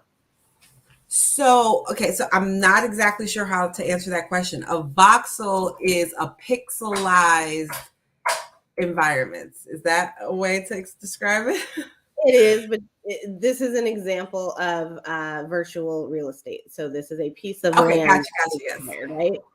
So yes, this is a parcel. This is one parcel. I'm trying to get a view here that makes it recognizable. Okay, there we go. So I'm actually going to fly. That might help. So this is that's another attribute of the metaverse, right? Like, so you can fly. So you can't do that in real life. That is something you can do very easily in metaverse spaces, in most of them. So very cool. Yeah, I'm going to fly here so we can turn around and then see. Oh, someone has an enterprise. That's cool. So Cryptovoxels is actually a space that you can access on your web browser, and you can also access it, I think, in other ways on your VR headset. But it is a little blocky, right? So what you're seeing is pixels. So these are what they call voxels, but people are building in these spaces as well. We had a whole entire party yesterday in Cryptovoxels for St. Patrick's Day, and people were getting virtual outfits, which we call wearables, for their avatars here. So it is definitely a place where creativity is flourishing. But go ahead and tell us about this space. Yes, so this space is, as I said, we're still working on it, but it is fashioned in honor of chess. You can see a rook over here at the front end, and a king at the back end, and we are using this space will kind of be like a research researchy kind of lab. But we're also, because of like the basement aspect, like we're really trying to build it out as a Intel kind of space without going into too much detail. So this is more focused on research and education, and then the other space is more focused on art exploration and the gallery aspect. She has an obsession. My sister has an obsession with not having stairs. So everywhere you have to fly around to get from one level to the other. You can go in through the windows, which is a different experience from the other one. Because the other one, you just keep walking into clear glass everywhere. But this one, you haven't. Let me just kind of frame this for folks who are kind of watching, like what. So right now, that's just stay right there for just a second. So those frames on the left-hand side of the screen, those are actually picture frames. So in the screenshots that were in the presentation, you saw pictures in there. This is a space that's being revamped and remodeled right now. So right now what you're seeing is the shell without the pictures. And so can you talk a little bit about that, about, you know, kind of the power of having a piece of virtual real estate and being able to be flexible with it? Absolutely. So again, this space we have not launched. It's the Helio space that we did open as a gallery, and we were able to define for ourselves when we want to do our launch. We were able to invite the partnerships that we wanted. We weren't interested in charging people for the experience because we really wanted to walk through the entire experience for ourselves and really understand, like, what is the value, what do people care about, what does a gallery opening look like, right? So all of those questions that we have for ourselves just really require for us to have the experience. And so the experience cost us time, right? The time that we committed to making it happen, and the time it takes to work with people, right? But we weren't limited by bureaucracy, right? Or by permissions or by scheduling conflicts or anything like that, because this is our parcel. And I see I have a 5-minute warning. The other beauty of this is that because we are very much so interested in leveraging the spaces to have transformative change occur within our very IRL communities and the global communities, we are very much so open to new partnerships and to new experiments. And we have the freedom to define all of those parameters for ourselves. Whereas other projects that we are aware of have had really challenging experiences with space and potential partnerships and so on, even rug pulls, with folks who they felt might have been partners and weren't. I've got some tragic stories on that front too. So I'm really blessed that I have a sister that's ahead of the curve in understanding all of this, who made these early investments. It is not cheap to purchase at Cryptovoxels. Her first space she purchased way back when it cost nothing like it costs right now. This one was a little more pricey because it's a newer space, but it's she got a very good deal because of the location. I encourage you, when you hear of a space that any parcel that is opening up, that you hear the project or you hear that it's an enjoyable experience that you want for yourself or you want for someone in your community, and it's of a price point that you can reach into, like, consider making the investment. It's like any other NFT in that, it's a transaction on the blockchain. It's yours. It's your land. But it has so much more. It has such great leverage potential because of the ways that in which it can be monetized, in addition to just utilized to build bridges. So let me just ask this one question, and then we are actually out of time. So let me ask you one question. Really. So you said it's expensive, but when you compare the cost of a piece of virtual real estate and ownership to a physical piece of real estate and ownership and cost, Can you talk about that difference really quickly? That part. Yes. As I said, I'm in community economic development. So I absolutely understand real estate. Well, I don't even say that's an insult. I understand IRL real estate. And so when you think about, well, what do we do in spaces, right? Like what we convene, we teach, we learn, we have parties, we do all of these things, right? And if you do a compare contrast of the things I can and want to do in a IRL space and things I can and want to do in a virtual space, on top of just the layers that then exist in virtual, there's a lot of runway you can get out of it, and that price point is nowhere near compared to what it costs to rent a gallery space, right? Or to create a co-working space that you have affordable access to. And there are some really great affordable co-working models, but you are, even in that co-op model, you may not own that space, right? You're renting for a particular point in time, or you might get a block, of time and access there. So to own is to have control, is to not be at the whims of other decision makers, and then you become that landlord, right? That owner that then can be someone who is a conduit for change and create the accessibility that sometimes starts as the exposure necessary for someone else to just kickstart that Web3 wander for themselves. Well, thank you so much, Pam, for coming up and telling us all about community and sharing your spaces over in Cryptovoxels. We look forward to seeing lots more from the Cryptovoxels space and from you. And thank you for being a friend to this space. Thank you. Happy to be here. Thank you so much. All right, guys. So we have our next guest coming to stage. And so I'm really excited about this one. I have had an opportunity to get sneak peeks because I'm in the right spaces at the right times. But next up, we have Janine Smith, who is a Grammy-nominated songwriter. She is also the founder of Sorority Records Communications, which is a music and media company. So I am delighted to bring to you today Janine to help tell us all about what she's doing in this space. Hey, lady, how are you?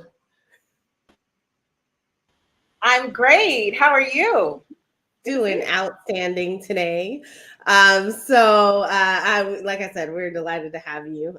Very, very excited. So I can't wait to hear all about what you are doing and how you are shifting into this space and how you're moving into the metaverse. So take it away. Tell us all about you and tell us about Sorority Records. All right. It's Janine Smith. I am the founder of Sorority Media and Records. Has been around since 2006, and I have released music independently. I'm a Grammy-nominated song, TV placements, and I've been signed 3 times. I'm currently signed to the and I've been in the industry, carrying member, credentialed member of the music industry for the past 18 years. And what I found in the game, we had CDs, tapes we had streaming, and now facing another change that is. So what I want to present today is, and I want to explain to you. I'm going to focus on artistry because I'm sure everybody here is not an artist, but that what we have to understand is another change in us. That we are not going back to where we were. We are only going to move forward. More than the coronavirus, it was an indoctrination. 3. It would be like if you had to do the majority of the things that you do online. So before I get into that, I would like to say that I do have my own metaverse. It's called Girl World, and it's basically up of what is going to be a major competitor in the metaverse space. You can find it in Google Play or Apple App Store. World by Sorority Records. Okay. Going to be constant there. If you would like land in Girl World, email me at sororityrecords.com or click the link tree that should be somewhere in the chat. All right, so basically what I'm calling this presentation is 10 things that you should know about the metaverse. All right, the metaverse is still in development and it will be whatever we want it to be. So right now we have Decentraland, Cryptovoxels, Engine, Axit, Horizon, MetaHero, Alice, Vverse, and a world. And none of these metaverses are connected. They're not connected to each other. Some of them you have to connect to a MetaMask wallet. Others you don't.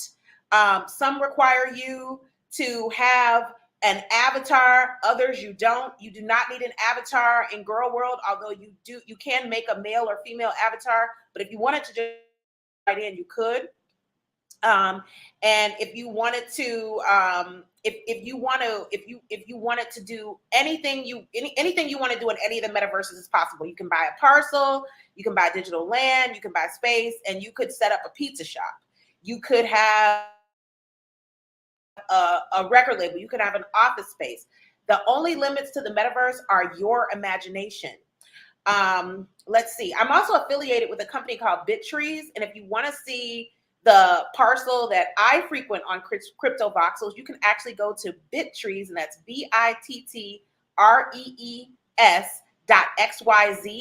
to see an example of the metaverse. You don't, like, sometimes when you go to Decentraland, you have to make an avatar, you have to collect a wallet, you have to give a sample of blood and your social security number. I'm joking about all that.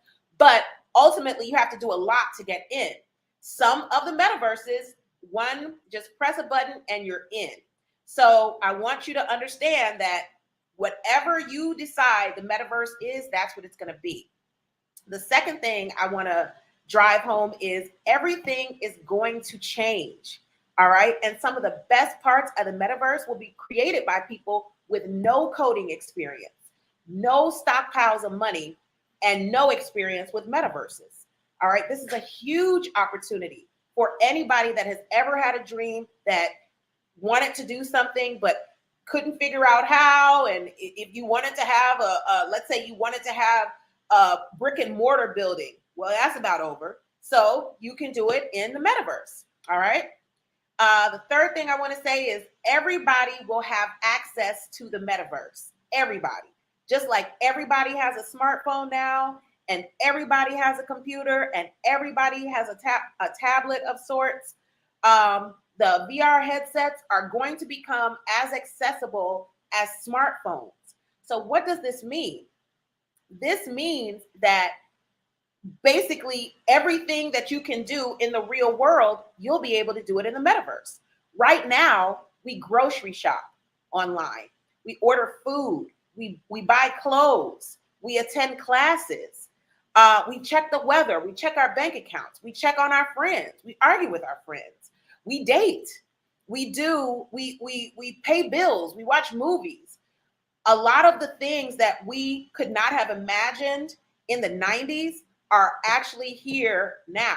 We have everything but flying cars, and that is probably in the works as well. So the future is now, and there is nothing that is impossible when it comes to the metaverse. You people are talking about flying in the metaverse. Yes, you can go in the metaverse, and instead of walking, you can fly from place to place. It's phenomenal. All right, the other thing, number 4, the metaverse doesn't have enough content.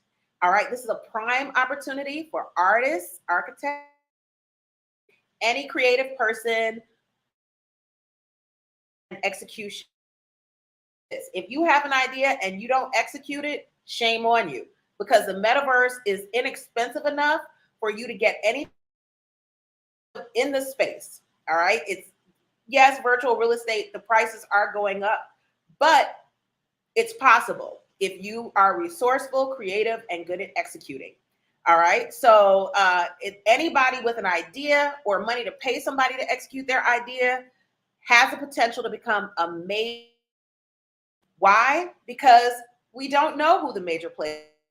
When Facebook came out, MySpace was number one, and MySpace is gone. So what do you think is going to happen in the metaverse? All right. Number 5, digital real estate. Digital real estate is going to create millionaires, billionaires, and trillionaires. And while we don't know exactly what the hotspots in the metaverse are going to be, we do know that the best place to act is online. Say you have a digital store, buy something, and Live Nation decides to develop a concert venue across from where you bought some digital real estate. They're doing this in 2020 for digital real estate in 2022. Secured our version of Times Square. There are no limits. Any of these advertising opportunities and anything in the making you millions, billions, or trillions of dollars. And I say that because in the metaverse, there are no limits to how many people can attend a concert. Right now in Fortnite, there are concerts that are attended by 8 million people, 15 million people in one space online. Now, if you just got $1 for every eye that was on that billboard, you're set, right? So let's not trip too much about inflation because it might end up working in our favor. All right, the opportunities are endless. Number 6, the metaverse is creating a workforce. All right, from law enforcement to store clerks and accountants, the job market in the metaverse will be booming. All right, with little to no technical knowledge, a person can work in the metaverse without leaving their home and make great money. There are people working at a metaverse in Subway right now, and they don't make any sandwiches. They just point and click.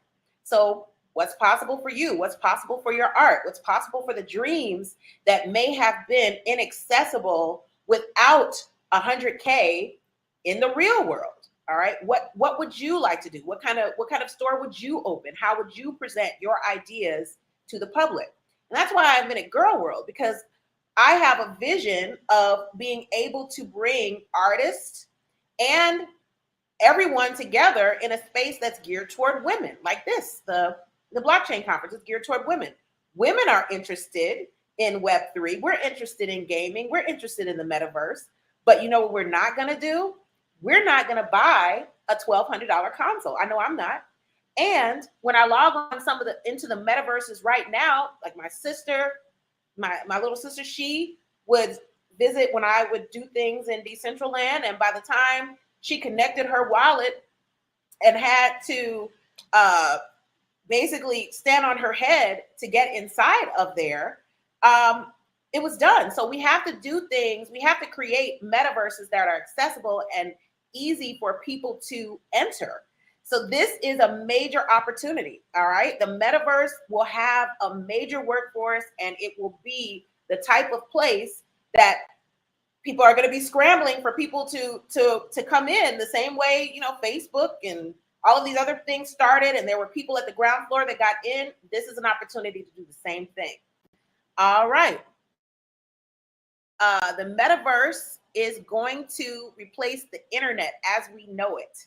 All right, 20 years from now, we'll be looking at and wondering, what were we the metaverse? What were we doing before we could actually point to that we wanted to be delivered to our house from Subway? What were we doing before we could actually virtually try on clothes? It's coming. All right.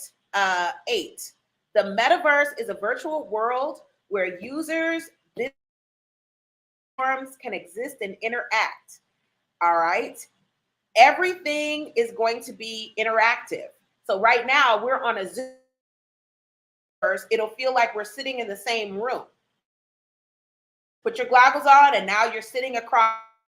And there is technology that touch, and you put on the gloves and it's like you're touching the other person. So as the only thing limiting your mind. All right. We know what an NFT is as it relates to the metaverse. An NFT is a contract. It enables information to be stored on a network that can be accessed when needed, and it is transparent and immutable. That means that these digital assets can't be changed, and you can see who bought it and when. All right. They help with representing the ownership of digital and physical assets on the blockchain. It's very important because we've been hearing a lot of definitions of NFT. Well, it's like baseball cards, or it's cool, or it's art. It is a smart contract. All right. And I don't want next time somebody asks you about an NFT, it's a smart contract. All right. And number 10, the metaverse is by anyone. There is no one owner of the metaverse.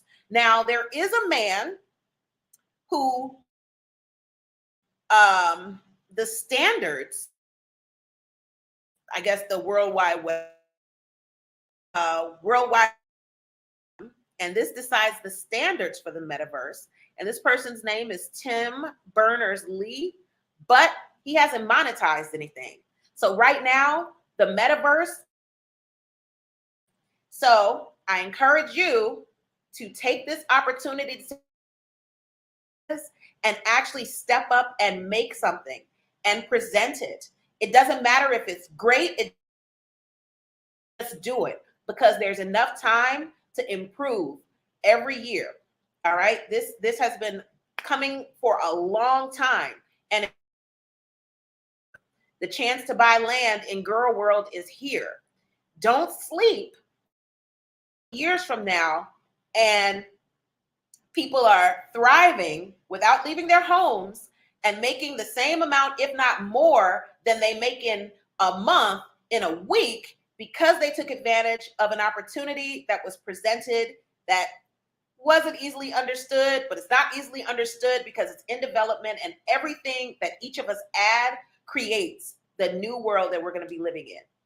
So does anybody have any questions, comments? Yeah.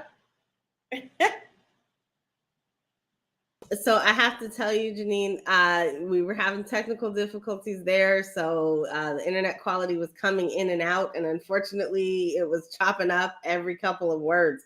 I got the gist of what you were saying, but it was choppy there for a minute. And that is just, this age of technology that we are living in. So that brings up a very good question. What happens when we can't access the metaverse? like, so what happens? Is there going to be lag in the metaverse? What do you foresee with that? Well, what I foresee, if there is a lag in the metaverse, is people would just go to another one, because we're thinking of the metaverse as one place, and it's not. It is not one place. It is not all connected. So right now, yes, we have the internet, but Google Chrome is not the only browser, okay? Facebook is not the only social media site. When Instagram goes down, everybody goes to Twitter. And when Twitter doesn't work, people head to Clubhouse. We'll do the same thing that we've been doing the whole time. Also, I'm recording my screen. So I recorded this. I recorded everything I said. So I don't think there was a lag on my screen. I will send you the recording. Awesome. And that's what people do. You have a backup plan. I had a backup plan, because if I were going to depend on somebody outside of myself to capture this moment for me, I'm playing myself. So the same thing happens in the metaverse, right? If something is going wrong in the metaverse, I have Girl World, and I have accounts on other metaverse. I have Bittrees Plaza in Cryptovoxels. So why am I going to put myself in a position to put all of my eggs in one basket? That is true. The same thing in the metaverse that you do in Web 2. I agree. So wholeheartedly, that is what this place is about. So we are decentralized in not only the technology, but also decentralized in how we're utilizing it. So be, strategic, and definitely get out there, purchase virtual real estate in various locations, create your own spaces in various locations. So two things, we have one question for you, and that is, can you repeat the very last point that you had? You were going down a list, Yes. and so someone asked for you to repeat that last one. Yes, the last point that I had is the metaverse isn't owned by anyone. The metaverse isn't owned by anyone. Right now, there is something called the World Wide Web Consortium that decides the standards for the metaverse. It's led by a creator of the World Wide Web called, which I don't think he's the only creator, but we'll get into that another time. His name is Tim Berners-Lee, but he has not monetized the metaverse, and the metaverse doesn't have one apparent creator. And I say that because somebody created Cryptovoxels. Somebody created Decentraland. I created Girl World. There is no one creator of the metaverse. Mark Zuckerberg and Meta has Horizon. There is no one creator of the metaverse. And what we are going to see are groups of people setting standards. We're going to see law enforcement get involved in the metaverse, because the metaverse is just an extension of Web 2. This is the evolution of what we're doing now. It's just going to be more interactive and immersive. Okay. Those are all great points. I feel the same way, 100%. And I also feel the same way about the definition of the metaverse, right? So there is a definition that exists out there that people commonly accept as, this is what the metaverse is, and these are the things that it's going to be. Well, I don't subscribe to that, because it's one person saying this is what the metaverse is. And so, yeah, other people have hopped on board to it, but we're so early. Like, I feel like we are still very innovative people. We have things that have not been developed and have not been defined yet. And so why, when we're talking about decentralization, why would we reside with this centralized idea of what the metaverse is or can be? And I do agree with you. Everyone will have their metaverses. The way that I like to link the two is to say that the interconnectivity underneath is the metaverse, and then everyone's spaces, worlds, or experiences are metaverses. And I do, they already exist. So of course they're going to exist inside of that. So yeah, definitely appreciate you. Now, my second question is, Miss Grammy nominated songstress here. You just came out with an NFT. So can you tell us about that NFT and what we can expect and where we can find it? Yes, I have an NFT that I released on the Rocky app, and I forwarded the page with my NFT to a website called speedydinner.com. I'm going to type it in the chat because I want people to go and see it. And it's basically Rocky app. Rocky.app is an audio NFT space that caters to artists who are not exactly mainstream, and they actually have an artist fund.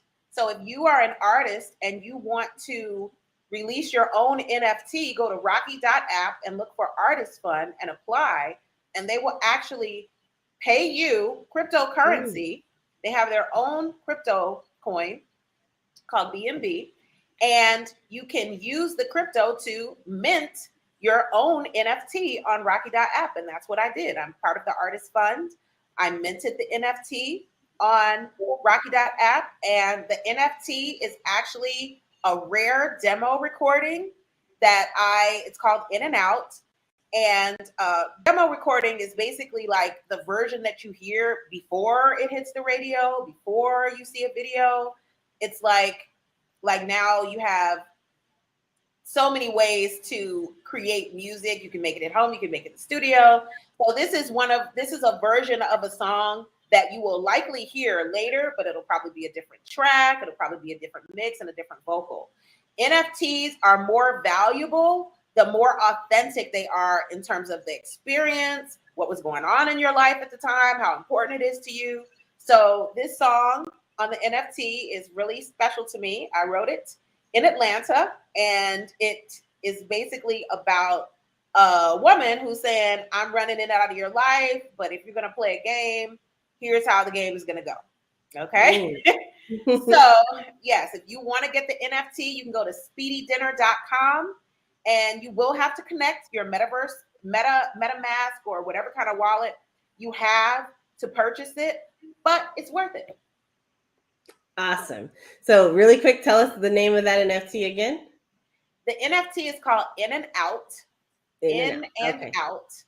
And you can find it at speedydinner.com, which is going to connect you to the Rocky app. Awesome. All right. Well, thank you so much. We appreciate you, and we're definitely going to check out your NFT over on speedydinner.com. I wish you all the best and much continued success to you, especially on your blockchain journey. So thank you for everything you're doing in this space. We appreciate you. My pleasure. Take care. Thanks for having me. Bye-bye. All right, guys. So we are heading into our final hour here, and I have a couple things planned for us, but time is running short. So I'm going to go to a very quick intermission, and then we are going to head right into some more education and finding out what folks are doing in this space. And we'll be back in just a minute.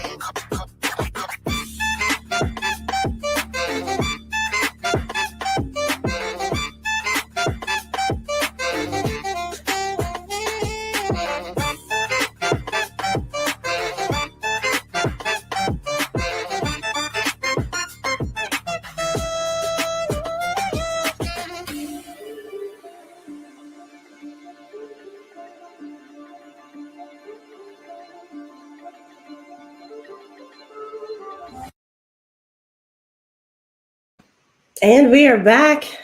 So welcome back, guys. You're here on Futuristic Fridays in the Metaverse. I am NiKole Maxwell, and I am happy to have all of you guys here as we've been kind of diving into these different experiences and what people are doing in the Metaverse and how people are finding and crafting and creating their own little space here. The Metaverse is not possible without some very talented individuals who are going to help us build it. In week one, we spoke with Artsy. Artsy is a world builder, and she builds social environments for people to kind of have their meta mind shift, to expand their minds, and just create comfort in the metaverse. We've spoken with Courtney today, who introduced us to some things that are actually happening right now in real time with students here in the DC metro area. And some of the virtual worlds that these kids are coming up with and spaces that they are creating. I am very happy to be able to now present another person who is doing great things in this space, and her name is Natalie. Natalie, also known as Water Girl Raw. I'm going to go ahead and bring you up here. I want you to introduce yourself and kind of tell us what it is that you're doing in this space and how you are educating, and then also tell us a little bit about your upcoming project. Hey, Natalie, how are you? Hi. Hey. I'm great. I'm great. We can hear you. You're a little bit low, but we can hear you. Okay, so I don't There know you if go. I can tell you. Oh no, now dogs are gonna bark. I'm sorry. This is amazing. I was so excited listening this morning, the baby in the background. I thought that was so awesome. This is how we work. And so, hi everyone. If I could, I'd like to start with a passage that I have, and it introduces me, if it's okay. You're fine. Take it away. Okay. All right. So, watching my octogenarian father, my dad, deteriorate from dementia made me understand so clearly who I am and how I need my life to be. He couldn't tell me what he wanted, why he wanted it, how he wanted it. I just made the decisions for him. I loved my dad. I love my dad. And so I wished him freedom. I wish that for everyone, freedom. For as long as I can remember, I have longed to be heard. As a little girl, on any given day, if I was outside, you could expect to see me on the basketball court. I was the girl on the court, but I was good. And I was as good as anyone out there, and I wanted to play. The boys would come, take the court, choose the teams, start the game, and leave me completely out. I could hear myself screaming, I was here first. I want to play. I'm here. Did you not see me? But nobody heard me. Nobody saw me. I felt like I didn't matter. That's when I started my mask collection. I was always laughing and providing the humor. One might say the comic relief. Friendships, marriage, children, grandchildren. Everybody thought I was funny, happy, but it seemed that the only emotion that I was ever allowed to express, my pain, my sadness, I experienced that alone. Did all of that alone. And I was fighting to be heard. I always found that still no one heard me. Fast forward to today, I know you would like me to share a great overcoming story that I overcame that feeling, that I'm finally being heard, I'm finally being seen. Unfortunately, at 61 years of age, I'm still fighting. I'm fighting to be heard every day, fighting to be seen still every day. And I am fighting for my freedom to express my truth. I'm fighting for that little girl. You see her standing on the court? Fighting for the little girls who scream in silence, alone, in the dark, aching for their voices to matter, to be heard, aching to be seen. Even speaking to you right now represents a round in this fight, because this too is a fight. So I'm Natalie Hannons, Water Girl Raw, and I'm fighting to be heard. So hello everyone, I'm an educator in the STEAM and aerospace education space. I work with photos and various art forms as a self-taught artist, just discovering my creative gifts, or truthfully, actually just tapping back into my creative gifts. My connection with NFTs is my quest to share knowledge and access with my students and my community through my creations and theirs. I'm a new collector. I love projects that give back to the community, and I look to grow with others throughout the whole process. So I guess one question that I would have is, have you ever thought or contemplated what it would be like to not exist? And I don't know if how that, for everyone that would be different, it would look different. But have you ever felt like giving up? Well, being honest, I have. And my hero, my daughter, I believe kept me here. As a mom, I was a single mom, and I think that I had postpartum depression. I think all of those things were happening.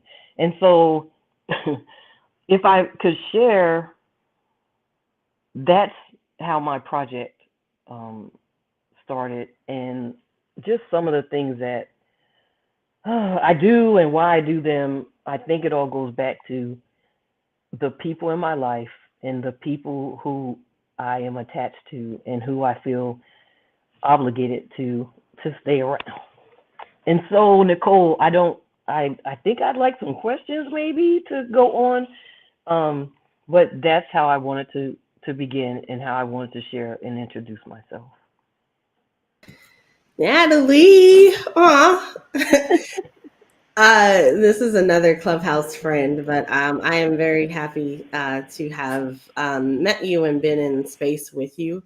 You bring something that is very genuine and unique to this space, and that is you. So yes, today we celebrate you and celebrate the things that you're doing. So, we all have the journey of how we got here, but what are we doing now? And that is the question I'm going to pose to you to tell us. So what is your project? So really awesome. So this is maybe my second time being able to even talk about the project, and the being brave has come about through my association with you, NiKole, and so many wonderful women in this space who are just encouraging and doing what they do and encouraging me to do the same thing. And so my project is called Water Girl Peeps, and it is a paper doll project that has NFTs, and the NFTs are the heroes. They are modeled after real, extraordinary people, women who you don't ordinarily look at or think about or pay attention to, but they're the lifeblood for all of us. So they're aunties and moms and cousins and sisters, grandmas. They're those people. And so with the NFT, there's an unlockable, and the unlockable is the paper doll. And the paper doll gives us opportunity to sit down, cut out dolls, cut out their clothes, put their clothes on, create a safe environment where we sit down together, and it opens up dialogue. And that dialogue may lead to healing, discovery, knowledge about yourself, but it just allows us space and an opportunity to communicate. And it really came about, NiKole, you have something on one of your posts about pivoting when things happen and we just have to pivot. And so I had to pivot. As an educator, pandemic happened, we all went home and they didn't call me back. And so Clubhouse became one of the, the places that I was able to hang out, find out that I was really interested in the NFT space. I was happy to find out again about myself and bring out my creative side again, and just go from there. And so right now it's just expanding, and I'm believing and wishing to organically build a community around Water Girl Peeps, the paper doll, and be able to just love on my sisters, and not just my sisters, but also include those people that support us. So it will include dad and uncle and brother, and because I think that we'll get the opportunity to help them understand us better and love us in the way that we need to be loved, by learning how to love ourselves and appreciate ourselves again. So I hope that was a good explanation. I feel like I rambled. No, you're good. So I have a question for you, because it sounded like you said there's the NFT and then there's an unlockable. And inside of that unlockable, you have the opportunity to create a paper doll. And so that's, combining the digital with the physical. So is that right? Did I hear that correctly? So the unlockable is already, it is a paper doll. So with the doll is created, and the NFT, each one is different. It may be the doll face, it may be the doll's body. Every one will be different, because each person to me is very personal. And like I said, created from an actual person. It's modeled after an actual person. It may not look exactly like the person or like the person at all, but it's modeled after them. And so with the doll, the paper doll is already created with clothes and her body, and the unlockable is the PDF file that you get, that you'll download yourself, and then you'll cut it out, and you'll be able to then dress your doll and play with your doll. And I'm older. I don't know if anyone knows or remembers paper dolls, but when I was younger, I remember having the paper dolls and the paper all over the place, because you cut it up and you're so happy and you're playing. And it was just an opportunity to imagine, right? And another reason why I'm really excited about it is because working with my students, I have students that they couldn't cut out paper. And yeah, so that's where I was going with that, right? So what I remember is, like, you take these big wads of paper, and then you take the scissors and you cut around it, and you make whatever you wanted to, and then you would string it together, and it'd be like some cool design in the middle because you cut it just the right way, right? So we used to do that when we were little, and so I guess that dates us a little bit, but I don't care. So it's funny, because I was just wondering, I'm like, my niece is 7, and so does she do stuff like that in school? Do they even know what scissors are? Like, we used to have those big thick scissors with kind of the safety scissors that you have to use. And so I don't know, like, are kids still doing stuff like that? Do they find things like that fun? Because it was a way for us to pass the time. I don't know about how fun it was, but it was something to do, right? Like, so you got bored, you knew how to like create crafts and things like that. Those little what do they call them? I don't know what they're called, but those little things where you put the paper on your fingers and then you like. Yes. Yeah. So I'm like going down childhood memory lane right now with you. And that's what I did. So you are actively in the metaverse. So that's, kind of, I want to swing this back, because this is definitely about the metaverse. So what was it like for you when you first got your Oculus headset? Oh my goodness, NiKole. Okay. You have an Oculus, right? Yes. And okay. So first of all, to start, I didn't have the Oculus, and everyone was taking us on our tours, and it's like, oh, don't worry, you can do it on your phone, or you can be on your laptop. And that experience is wonderful and it's great, but you still you're still kind of out there, right? And you're not involved, right? And it was funny how, we'd get the introduction, and then once everybody took off on their Oculus, they're laughing and giggling, and oh, girl, you picked up, and you're like, alrighty then. And so the surprise for me was, I didn't think my husband was paying attention, and for Christmas he got me an Oculus. In shock. I'm serious, still shocked. But my daughter said, "Yeah, mommy, I told Dad he better get you an Oculus because of all the things that you're doing." And so when I first got it, NiKole, I put it on, and there were some spaces that I was okay in, and then there were other spaces, and to be exact, it was alt space.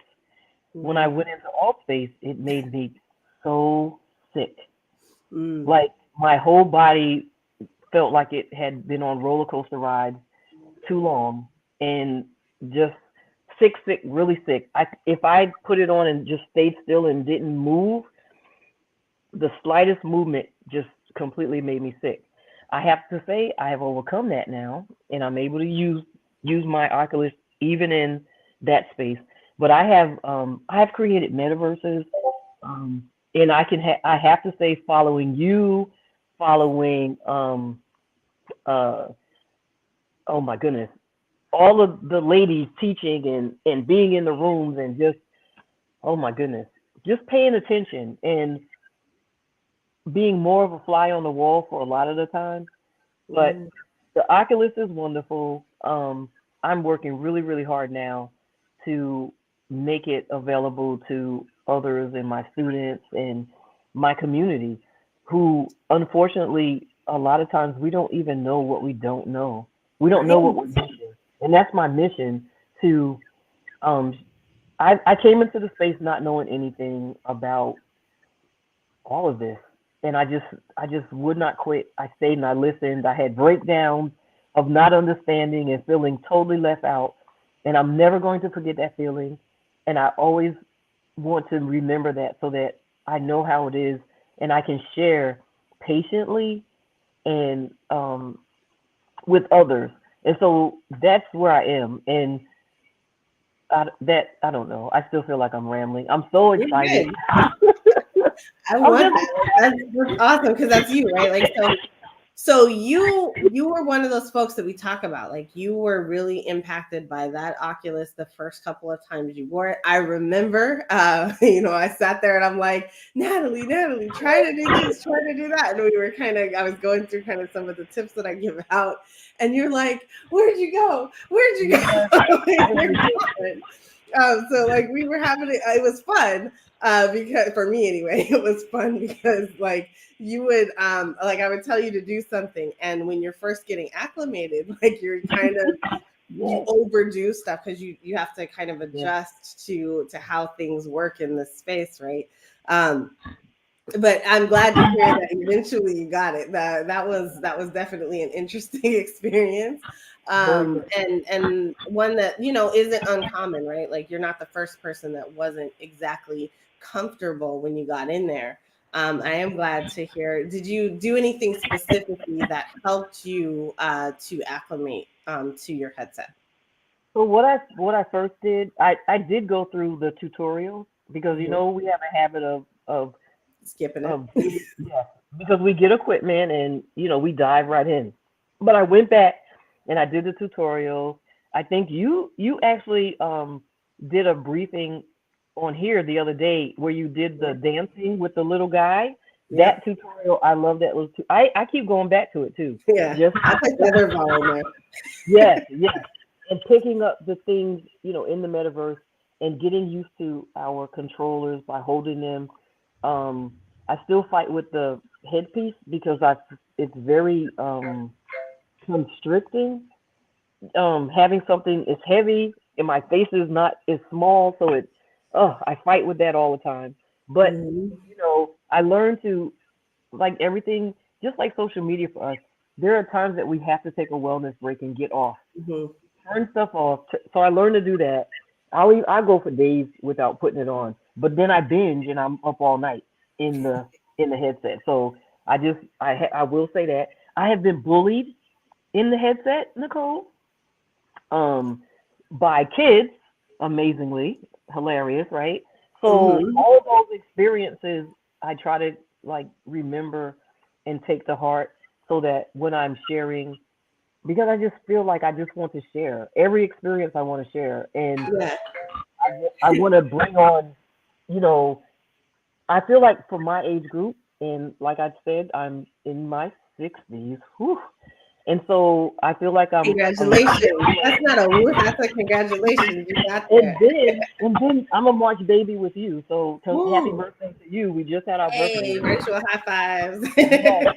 So I kind of feel like I don't feel old. I am going to say that, and I Good. encourage everyone, no matter what age, no matter where you are in this process, to just go for it. Just try. And every speaker today, every day that I've been able to come on, has encouraged and been encouraging and said, just start. And so this, I say the same thing. Just start and find the word everyone says, find your tribe. Yeah. And I listened to a video actually on my IG. I don't know what I'm doing most of the time. A lot of stuff I do trial and error, but on the IG, I tried to do a video, and the gentleman who the soundbite is from, he said, surround yourself with people, and this makes me kind of get emotional. Surround yourself with people whose faces light up when they see you. Mm-hmm. That was so amazing, because I think so often we have family who don't understand us. I am a professed Trekkie, nerd, geek, all those words, whatever you want to say, and I'm embracing it unapologetically. Um, and I just want my students, my especially my girls, to realize and be okay with who they are, and not be silenced in a room, Mm. um, because that's what happens to girls, right? That in the room they're brilliant, but they're not called on, right? And they don't raise their hand, or when they talk, they get cut off, like they don't know what they're talking about. And it still happens to me, right? Yeah. And I find myself in places and in situations where I'm the only one. I'm the only woman. I'm the only person of color. Like, this is what we find ourselves in. But I want to make sure that I stand my ground, so that I can tell my students that I understand, Yeah. and that they just always stand their ground. Yep. Wow, I'm sorry, I'm getting. You're getting emotional over there. Listen. So you know what? It is important that we as women uh have and create and craft and carve out our space, right? The space where we can be us, and where we can be us with us, right? It's we're always going to be a part of the world. The world doesn't operate without us. But it's important that we have a space that's for us. Like, I love this conference because that's what this is. I am actually somebody who, like, most of my friends are dudes. Like, I hang out with the boys, always have, and it's interesting to now have this like sisterhood and this dynamic here, that is empowering and refreshing and challenging, because girls are girls, and that Yes. happens, that we're going to be girls as women too. And so that comes with its own particular set of things that need to be finessed. However, we are us, and so as individuals, it is important that we are seen. So I want to go back with you for just a minute. You mentioned that when you got into the metaverse, that you've been bullied. So this is a topic that is kind of heated. I'm hoping we have a whole entire panel on this, but I want to talk with you about that, just a little bit. So, what happened, and what did you do? So what's crazy, NiKole, is that the experiences that we have, of course, in the real world, a lot of times we internalize things, or we push it aside, because it's really degrading to be bullied and to be just not recognized, right? Or made to feel invisible or treated a certain way. And so one instance was, of course, we're in different bodies, and we may look or not look like who we really look like in real life, right? You And mean so your avatar, right? yes, our avatar. And so one experience was in a space, you're talking to someone else, and someone joins the conversation, but we're the people. I'm talking to another woman, female. It's very obvious, right? And a male comes in, and the male immediately just starts talking, just takes over, no hello, like just rude. And I do this in real life too, but it was like, excuse me, I'm not talking here, right? You know, it was like, and then the person kind of then like, oh, recognize, oh, you're here. But it brought back all the feelings of what has happened in the past, in classrooms, right? In all kind of situations. I'm prior military. You know, that's a male dominated space. And so, you know, being looked over or passed over for promotions, being in spaces where I'm the instructor, but someone enters the room and I'm not recognized because I'm just a female in the room. And so it brought back all of that. Then another space I had just got on the Oculus, and it was terrible, NiKole. I'm doing one of the little applications, and you're in a whole body. It's real cool, and you just do tasks, and you go through and you're doing tasks. You're picking up things. You're pulling on bars, and you're pulling the little body through. And it was a group of kids. I guess they knew how to use the app. I'm the little learner. Oh my goodness. They got in my face with their avatar. They circled around me. They then started saying things that went to, they were talking color and race. They didn't know who I was or what I was. I wasn't talking. I kind of even froze in, like, it was so intimidating. I can't even describe like that feeling. It was so intimidating. And I just wanted to get out. And I didn't even know how to get out, NiKole, because it was new. I didn't know how to get out the application. And then all of a sudden my mind came back and it was like, just turn it off. Just turn it off. But it was my heart raced. It was terrible, NiKole. And then I had kids shoot rockets at me in the planetarium on another app.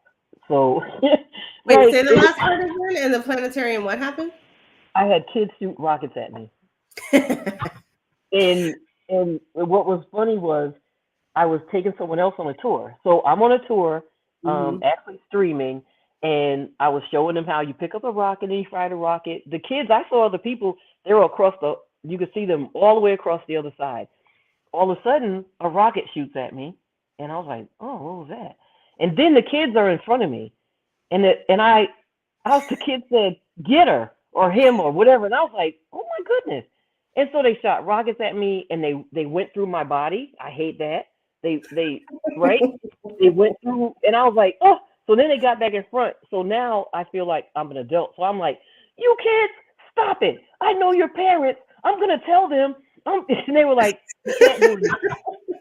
So it's funny, right? You make it funny. And then I've grown up a little bit. I'm probably like I think I'm an adolescent in the metaverse now. I like to give it my age in the metaverse and my understanding and what I can do. And I was just like, I'm an adult, you guys. I can tell your parents, I know them. And they're like, right. But they did, you're right. But they did leave me at that point because I guess they figured out she might figure something out. But yeah, Your dogs are chiming in. They're always a part of the conversation. I love that. Mine too. He's here, like, listening attentively. So it's interesting, kind of just the different stories, right? So first of all, being new to the space. So that's our question from the audience as well. They're new to the space. They wanted to know about the bullying. So this space is not unlike being new in any situation. Like, you're going to have people who treat you differently. And then eventually people just find their comfort level. And you are who you are behind the scenes, regardless of who you're playing as in the metaverse, right? So that person is still operating that avatar. So there's going to be things about that person that show up. And so if you have those negative traits, they're going to show themselves some way. Even if you are trying really, really hard to be somebody different in the metaverse, like, it will be seen, and probably sometimes more so.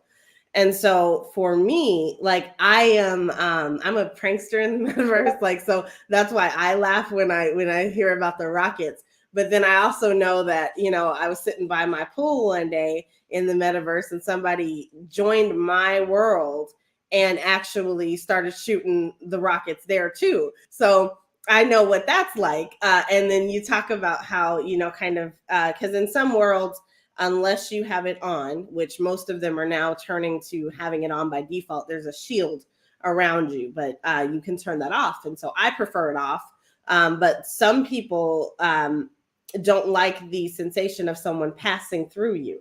So you don't have the same reality, right? So objects can pass through each other. So when you have what's called a spawn point in a metaverse, everybody joins that experience at the same place. And so the common practice is for you to kind of move out of the way so that all the rest of the people can join and not feel like they're jumping into your body.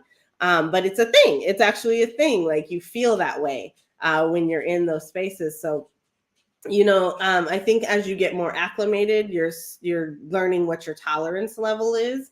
And what you're willing to accept and what you're not willing to accept. And you do forget.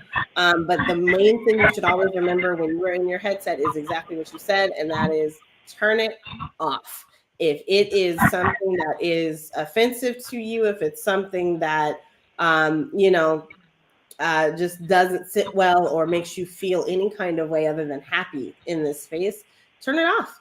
Leave an experience, turn off an app, and jump out or jump away from the world that you're in, because that's the beauty of it, right? In the real world, you can't do that. You live next to somebody who's a jerk, you're going to live next to that person until, you either get a new lease or move. And so that is reality. But in the metaverse, you can always pick up and move and keep it moving. And it doesn't have to be you. You can block that person out of your existence entirely. That is one of my favorite features in the metaverse. Like, the ability to block somebody is just great. I wish like we had that like for real in the real world, because they can find ways around it. But in the metaverse, like, you're blocking a person, and hopefully one day we get to the point where you can block somebody's IP, so you can't just create another character or a new avatar. So Natalie, we have a few more minutes. I want to ask you about STEM and STEAM. So tell us about the work that you're doing with the kids. Well, so on my social medias, I have a little bit. I post a little bit of time with my students. So I teach STEM and STEAM in aerospace education, and I am not a trained professional in the field. I just love it. I am commander of a cadet squadron in the Civil Air Patrol, and we have an aerospace education program, and it's around, STEM and STEAM, STEAM being science, technology, engineering, arts, and math. And so I fell in love with it, but I really fell in love with it because I saw what I could bring to my community. And when I say community, the community that I really believe I represent is a marginalized community. We're the last to know about new technology. We're the last to get in on new technology. And I just wanted to make sure that even if we don't know everything, we at least know what's going on around us, and we can at least start the journey. And so I have, my students are from oh my goodness, I have to say 1 and maybe younger because my grandson I involve and he does the activities with me too. But in my schools, I have K3 through 6th grade. I was in a middle school, and unfortunately, COVID sent us all home from middle school, and so I had to pivot. And I still teach. I have after school programs that I teach with. I have one school right now, and I'm getting back into our public schools, but it's been a slow process because they haven't allowed us all to go back into the schools. But I share, man, I share STEAM and STEM through coding, the aerospace education. We have STEM kits that our Civil Air Patrol program makes available for educators, but I push it out beyond our educators. I push it out to our parents. I push it out to anyone who may be interested. And then we do community service by teaching and sharing and trying to do workshops. Of course, now we're virtually doing that, but workshops around, oh my goodness, cyber security with the computers, just whatever I can get my hands on to help with. I love teaching about flight and aerospace and, man, making sure that if they can learn about it, they might aspire to do it, and that they know that all of these opportunities are out there for them. And in the process, I have to educate my parents and the people around our students so that we believe in them and believe that they can do anything if it's just introduced to them. And I just want them to have the choice. And so right now I contract and do it. That was the pivot, and I had to really up my game, make sure my business was legitimate. And I don't know, I just want to be that example, a role model in the community, and make sure that especially our women know that we can do anything that we set our minds to. And so that's my goal right now. That is awesome. So we have some moms that are watching this and some dads too. So why is STEM and STEAM important for the future of their kids in the metaverse? Wow. It's where we are now. If you're a mom or a dad and you think that your babies are not in the metaverse, think again. They're on Roblox, they're on oh my goodness, I just lost thinking, but Minecraft and yes, oh my goodness. So yeah. I can give you an instance. I went to school this week, and why did we start talking about the metaverse? We're outside, and the kids they started talking about gaming. I always ask them what they're doing and what's going on and what new games are you playing and what's happening. And so I said to them, what's happening? They were telling me about all their gaming and their metaverse. And I was like, wait a minute, you guys know about the metaverse? And they were like, yeah. And I said, I'm in the metaverse. They looked at me, because You're the coolest thing. Yeah, they looked at me like, what? I said, I have spaces. I said, I have apartments. I have places I'm building too. And they were like, oh. But here's the thing about why I want to be connected, and I'm doing everything I can to be connected, even though a whole lot of times I'm very confused, because then I can open the door and talk to them, and they can talk to me, and I have a little bit of understanding. And I've gone on Roblox with my nieces and my little cousins, and I did not understand it, but now I understand it much better. And it's amazing what they're doing. And so then I'm telling them, I was like, you can make lots of money. And they're like, what? And I'm like, yes. So you keep building. And they're like, ooh. Then they're saying, I do make money. I'm already buying clothes. And I'm like, wow, they are. Roblox, man. Yes. But why not? I told them, I said, but you can be the developer. Do you know what that word means? And they're like, yes. So they know so much more than we think they know. And even if it's not you, parents, even if it's not you, mom, even if it's not you, dad, surround them. Find the people that you trust, though, who can help them develop those awesome abilities that they have within them. And even if they're not maybe the roadblocks kid, or the help them to be the creative that's inside of them, whether it's music, whether it's spoken word, whether they're drawing or building or whatever they might do. Don't stop them. If they're tearing up the kitchen, trying to do something in the kitchen, figure out how you can help them to do whatever it is they're trying to do in your kitchen, the experiment, the whatever it is. Teachable moments, right? Yes, there's always a teachable moment, but don't limit them. You know, people even say the sky is the limit. No, it's not. The sky is not the limit, right? I say that all the time, and I believe it with every fiber in my body. The sky is not the limit for you, for your children, for our communities. The sky is not the limit, and we have to stop letting people define us and put us in a box and tell us what we can do and what we can't do. And so that's just, that's my message, man. It's like, I don't know. And I'm like crazier and crazier as every day goes on. I think my husband is like, what is wrong with this lady? But you can't silence me, and you can't stop me.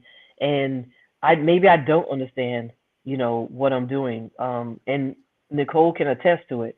When she's like, I'm going to teach you about Discord, and I just go and listen. And then I try to do everything. You follow the people who know what they're doing. I do whatever you guys tell me to do, I do. And NiKole, I'm going to tell, NiKole said last night, do you want to come on the show? And I was like, oh, yes. Terrified, NiKole, right? But I refuse to not do, right? You have to show up. When you get the opportunity to show up, show up. And I guarantee you that, you know, you'll get the opportunity to show out if you just show up. And so I just appreciate this platform. This conference has been so amazing, NiKole. I can't even, like, I get on here and I try not to type in the comments like too much and sound too goofy, because you know what? You are in those comments. We see you. You're awesome, Natalie. Awesome. God, I'm so excited with every single speaker. I'm thinking, oh my goodness, my ADD. I have all the letters that you can add. I'm like, okay, stop trying to go to everybody's site. Calm down, you know. But so much information and great knowledge is shared with every single person. Like, I don't ever think, I don't want to hear that. Every single thing and every single person that has come on and shared. I love listening to the babies in the background. I love listening to, like, right now my dogs were barking because there's a thunderstorm, and they barked at the thunder. And so they're cool now. But I'm like, I'm just amazed and awed at what we're doing, women, in this space, and how we're working together. Yes, NiKole, all my friends and buds were guys too. Like I said, on the basketball court, that's where you would find me. I feel like, what is it, Will Smith on the basketball court in my day, but I really was that kid, right? Yeah. I was almost like a loner. I would do what I did. I would play ball by myself, and, you know, but there was always that time where, you know, you're thrown off the court. Like, they come and they take over the court and act like they didn't see you. Do you know that followed me even into the military? It happened in the military. I'm grown. You know what, Natalie? This space is so awesome. You have given us so much today. I am elated and thankful for your contributions, for this conversation, for just this stroll down memory lane with the paper dolls and the scissors. You are so full of so much, and you're onboarding people to the space. We didn't touch on that. We could probably have a couple more hours, but we do have to wrap today. So I am going to just say once again, thank you so much for everything that you are giving, and please keep doing it. If you need help, you need assistance, contact us, Blackverse. We are here to help. BWBC is also here to help. So if you need anything, let us know. we're here to encourage and support. And so we thank you. And look forward to everything that's coming for the future. And I will definitely see you because you are my neighbor in the metaverse. Yeah, I'll see you on Decentralized Lane. Yes, thank you. Thank you so much for allowing me to come on, NiKole. I Right love on. you. You. All righty, Natalie, we'll put you down into our little audience. And with that said, guys, so we are just straight up fresh out of time. I'm going to bring up Yinka here in just a second, but I want to say thank you to you guys for listening in on Futuristic Fridays in the Metaverse. And I also want to just say that I did promise that we are going to have a session where I show you how to create a virtual art gallery. I might do that as a one-off. We might schedule it for next week. But I am thinking we're going to do it as a one-off, and I will provide that link in Discord to people so you can watch it freely. I'm going to bring up Yinka. We'll figure out exactly how we want to do that. But thank you guys for hanging out with me today. I hope this has been enlightening to you on ways that you can create a career for yourself in the metaverse, how you will work in the metaverse in the future, what's out there for our kids, and how you can become an educator and share your experiences in the space with others, and some different things that you can do with that. Hey, Yinka, welcome back. Hey, NiKole, thank you. Wow, what a day. It was great. I really enjoy all the speakers and hearing from them and getting to know them a little bit more. This is fantastic because we're really showing that there's a lot of women in this space and, couldn't be happier, especially when we're building the metaverse. I'm looking forward to viewing that video or maybe a one-off that you're going to do for creating the gallery. I think that's fantastic. A lot of people are very much interested. And at some point, they're going to learn to create or what to do when they create their own NFT. So having that place to be able to market and knowing that you can create yourself is fantastic for these ladies and gentlemen. Yeah, for sure. Today was fun. We dived in, I guess, a little bit, but it was fun just being able to experience with the ladies and talking about what they're doing, just as it is every day. This week has been fantastic. So, yeah. What's up for tomorrow, Yinka? Tomorrow is Super Sponsor Saturday. And with Super Sponsor Saturday, we will start an hour later at 10 a.m. Eastern Standard Time. As we said, this event is month long. And when we mean month long, that means every day of the week. So we will definitely come back to you tomorrow with Super Sponsor Saturday. And we will be doing a tutorial. I don't know what yet, but we will be doing a tutorial. But we want y'all to join us because there's always something enjoyable and fun for us to learn. Awesome. So with that said, guys, we are right here at 12 o'clock, a little bit over today, but it was worth it. So yeah, please do, if you are watching this and you have not already joined us, please do purchase your tickets. Go to womenofblockchain.org. Connect with the women in our Discord. You will get the link to Discord once you register for the conference. And then also check out our sponsors, because our sponsors are helping to make this event happen, and we are grateful for them and their contributions to this space as well. I want to shout out to all the mod squad. You guys did a fantastic job this week. And yeah, this is NiKole. My voice is resting. Yinka, any finals? I'm grateful for the work that you put into cultivating these speakers and bringing them on board and getting them to give us an introductory lesson to the metaverse, as well as what they're doing, because I think it's always interesting to hear from different perspectives and also to hear the backgrounds of these ladies, right? Because everybody always assumed that you got to be a techie, right? And we noticed that a lot of people aren't techies, but it's a fascinating space that requires everyone to be hands-on and join us in creating and building. Awesome. Yes. So many varied backgrounds. We could talk about this for like a couple hours. But I think an AMA will do it. So ask me anything in like an hour or something like that. We'll schedule it, pop it in Discord, Clubhouse, Twitter Spaces, and we will connect in that way. So thank you guys for watching. This has been great. Check in tomorrow because, you know, we're rolling into week 4. Ooh. Week 4. You hear that? Oh my goodness. I know. Can you believe it? It feels like we just started yesterday, but then with it does feel like we've put in a lot of work as well.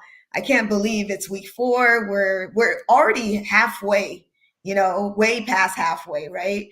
And then next thing you know, it's like week 5. But I'm gonna be really sad when this ends though, because I feel like we're only just tapping the tip of the iceberg, right? There's so much more women out there that are involved in this space. And it's been wonderful getting to know all of them. But, you know, let's not let the conference end. We still have a Discord. The Discord will be year round and it will continue as long as, you know, the community is strong, as long as there's more women that want to join this space. We are here for you. There's all kinds of opportunities. So I encourage you all to tap in, connect with these ladies, connect with the opportunities that may be just lying there waiting for you. Mm-hmm. I also want to quickly say, please do check in the Discord because we did not get Natalie's socials. Natalie, please put your social and everything into the Discord, all the ways to connect with you, to get involved with STEAM and STEM, as well as how to check out some of your metaverses and to take some tours. So with that said, we're all done for the day. Yinka, I'll see you later. All right. Bye, NiKole. Bye, everyone. Have a great weekend. Have a great Friday and join us tomorrow. Bye, all. Bye, y'all.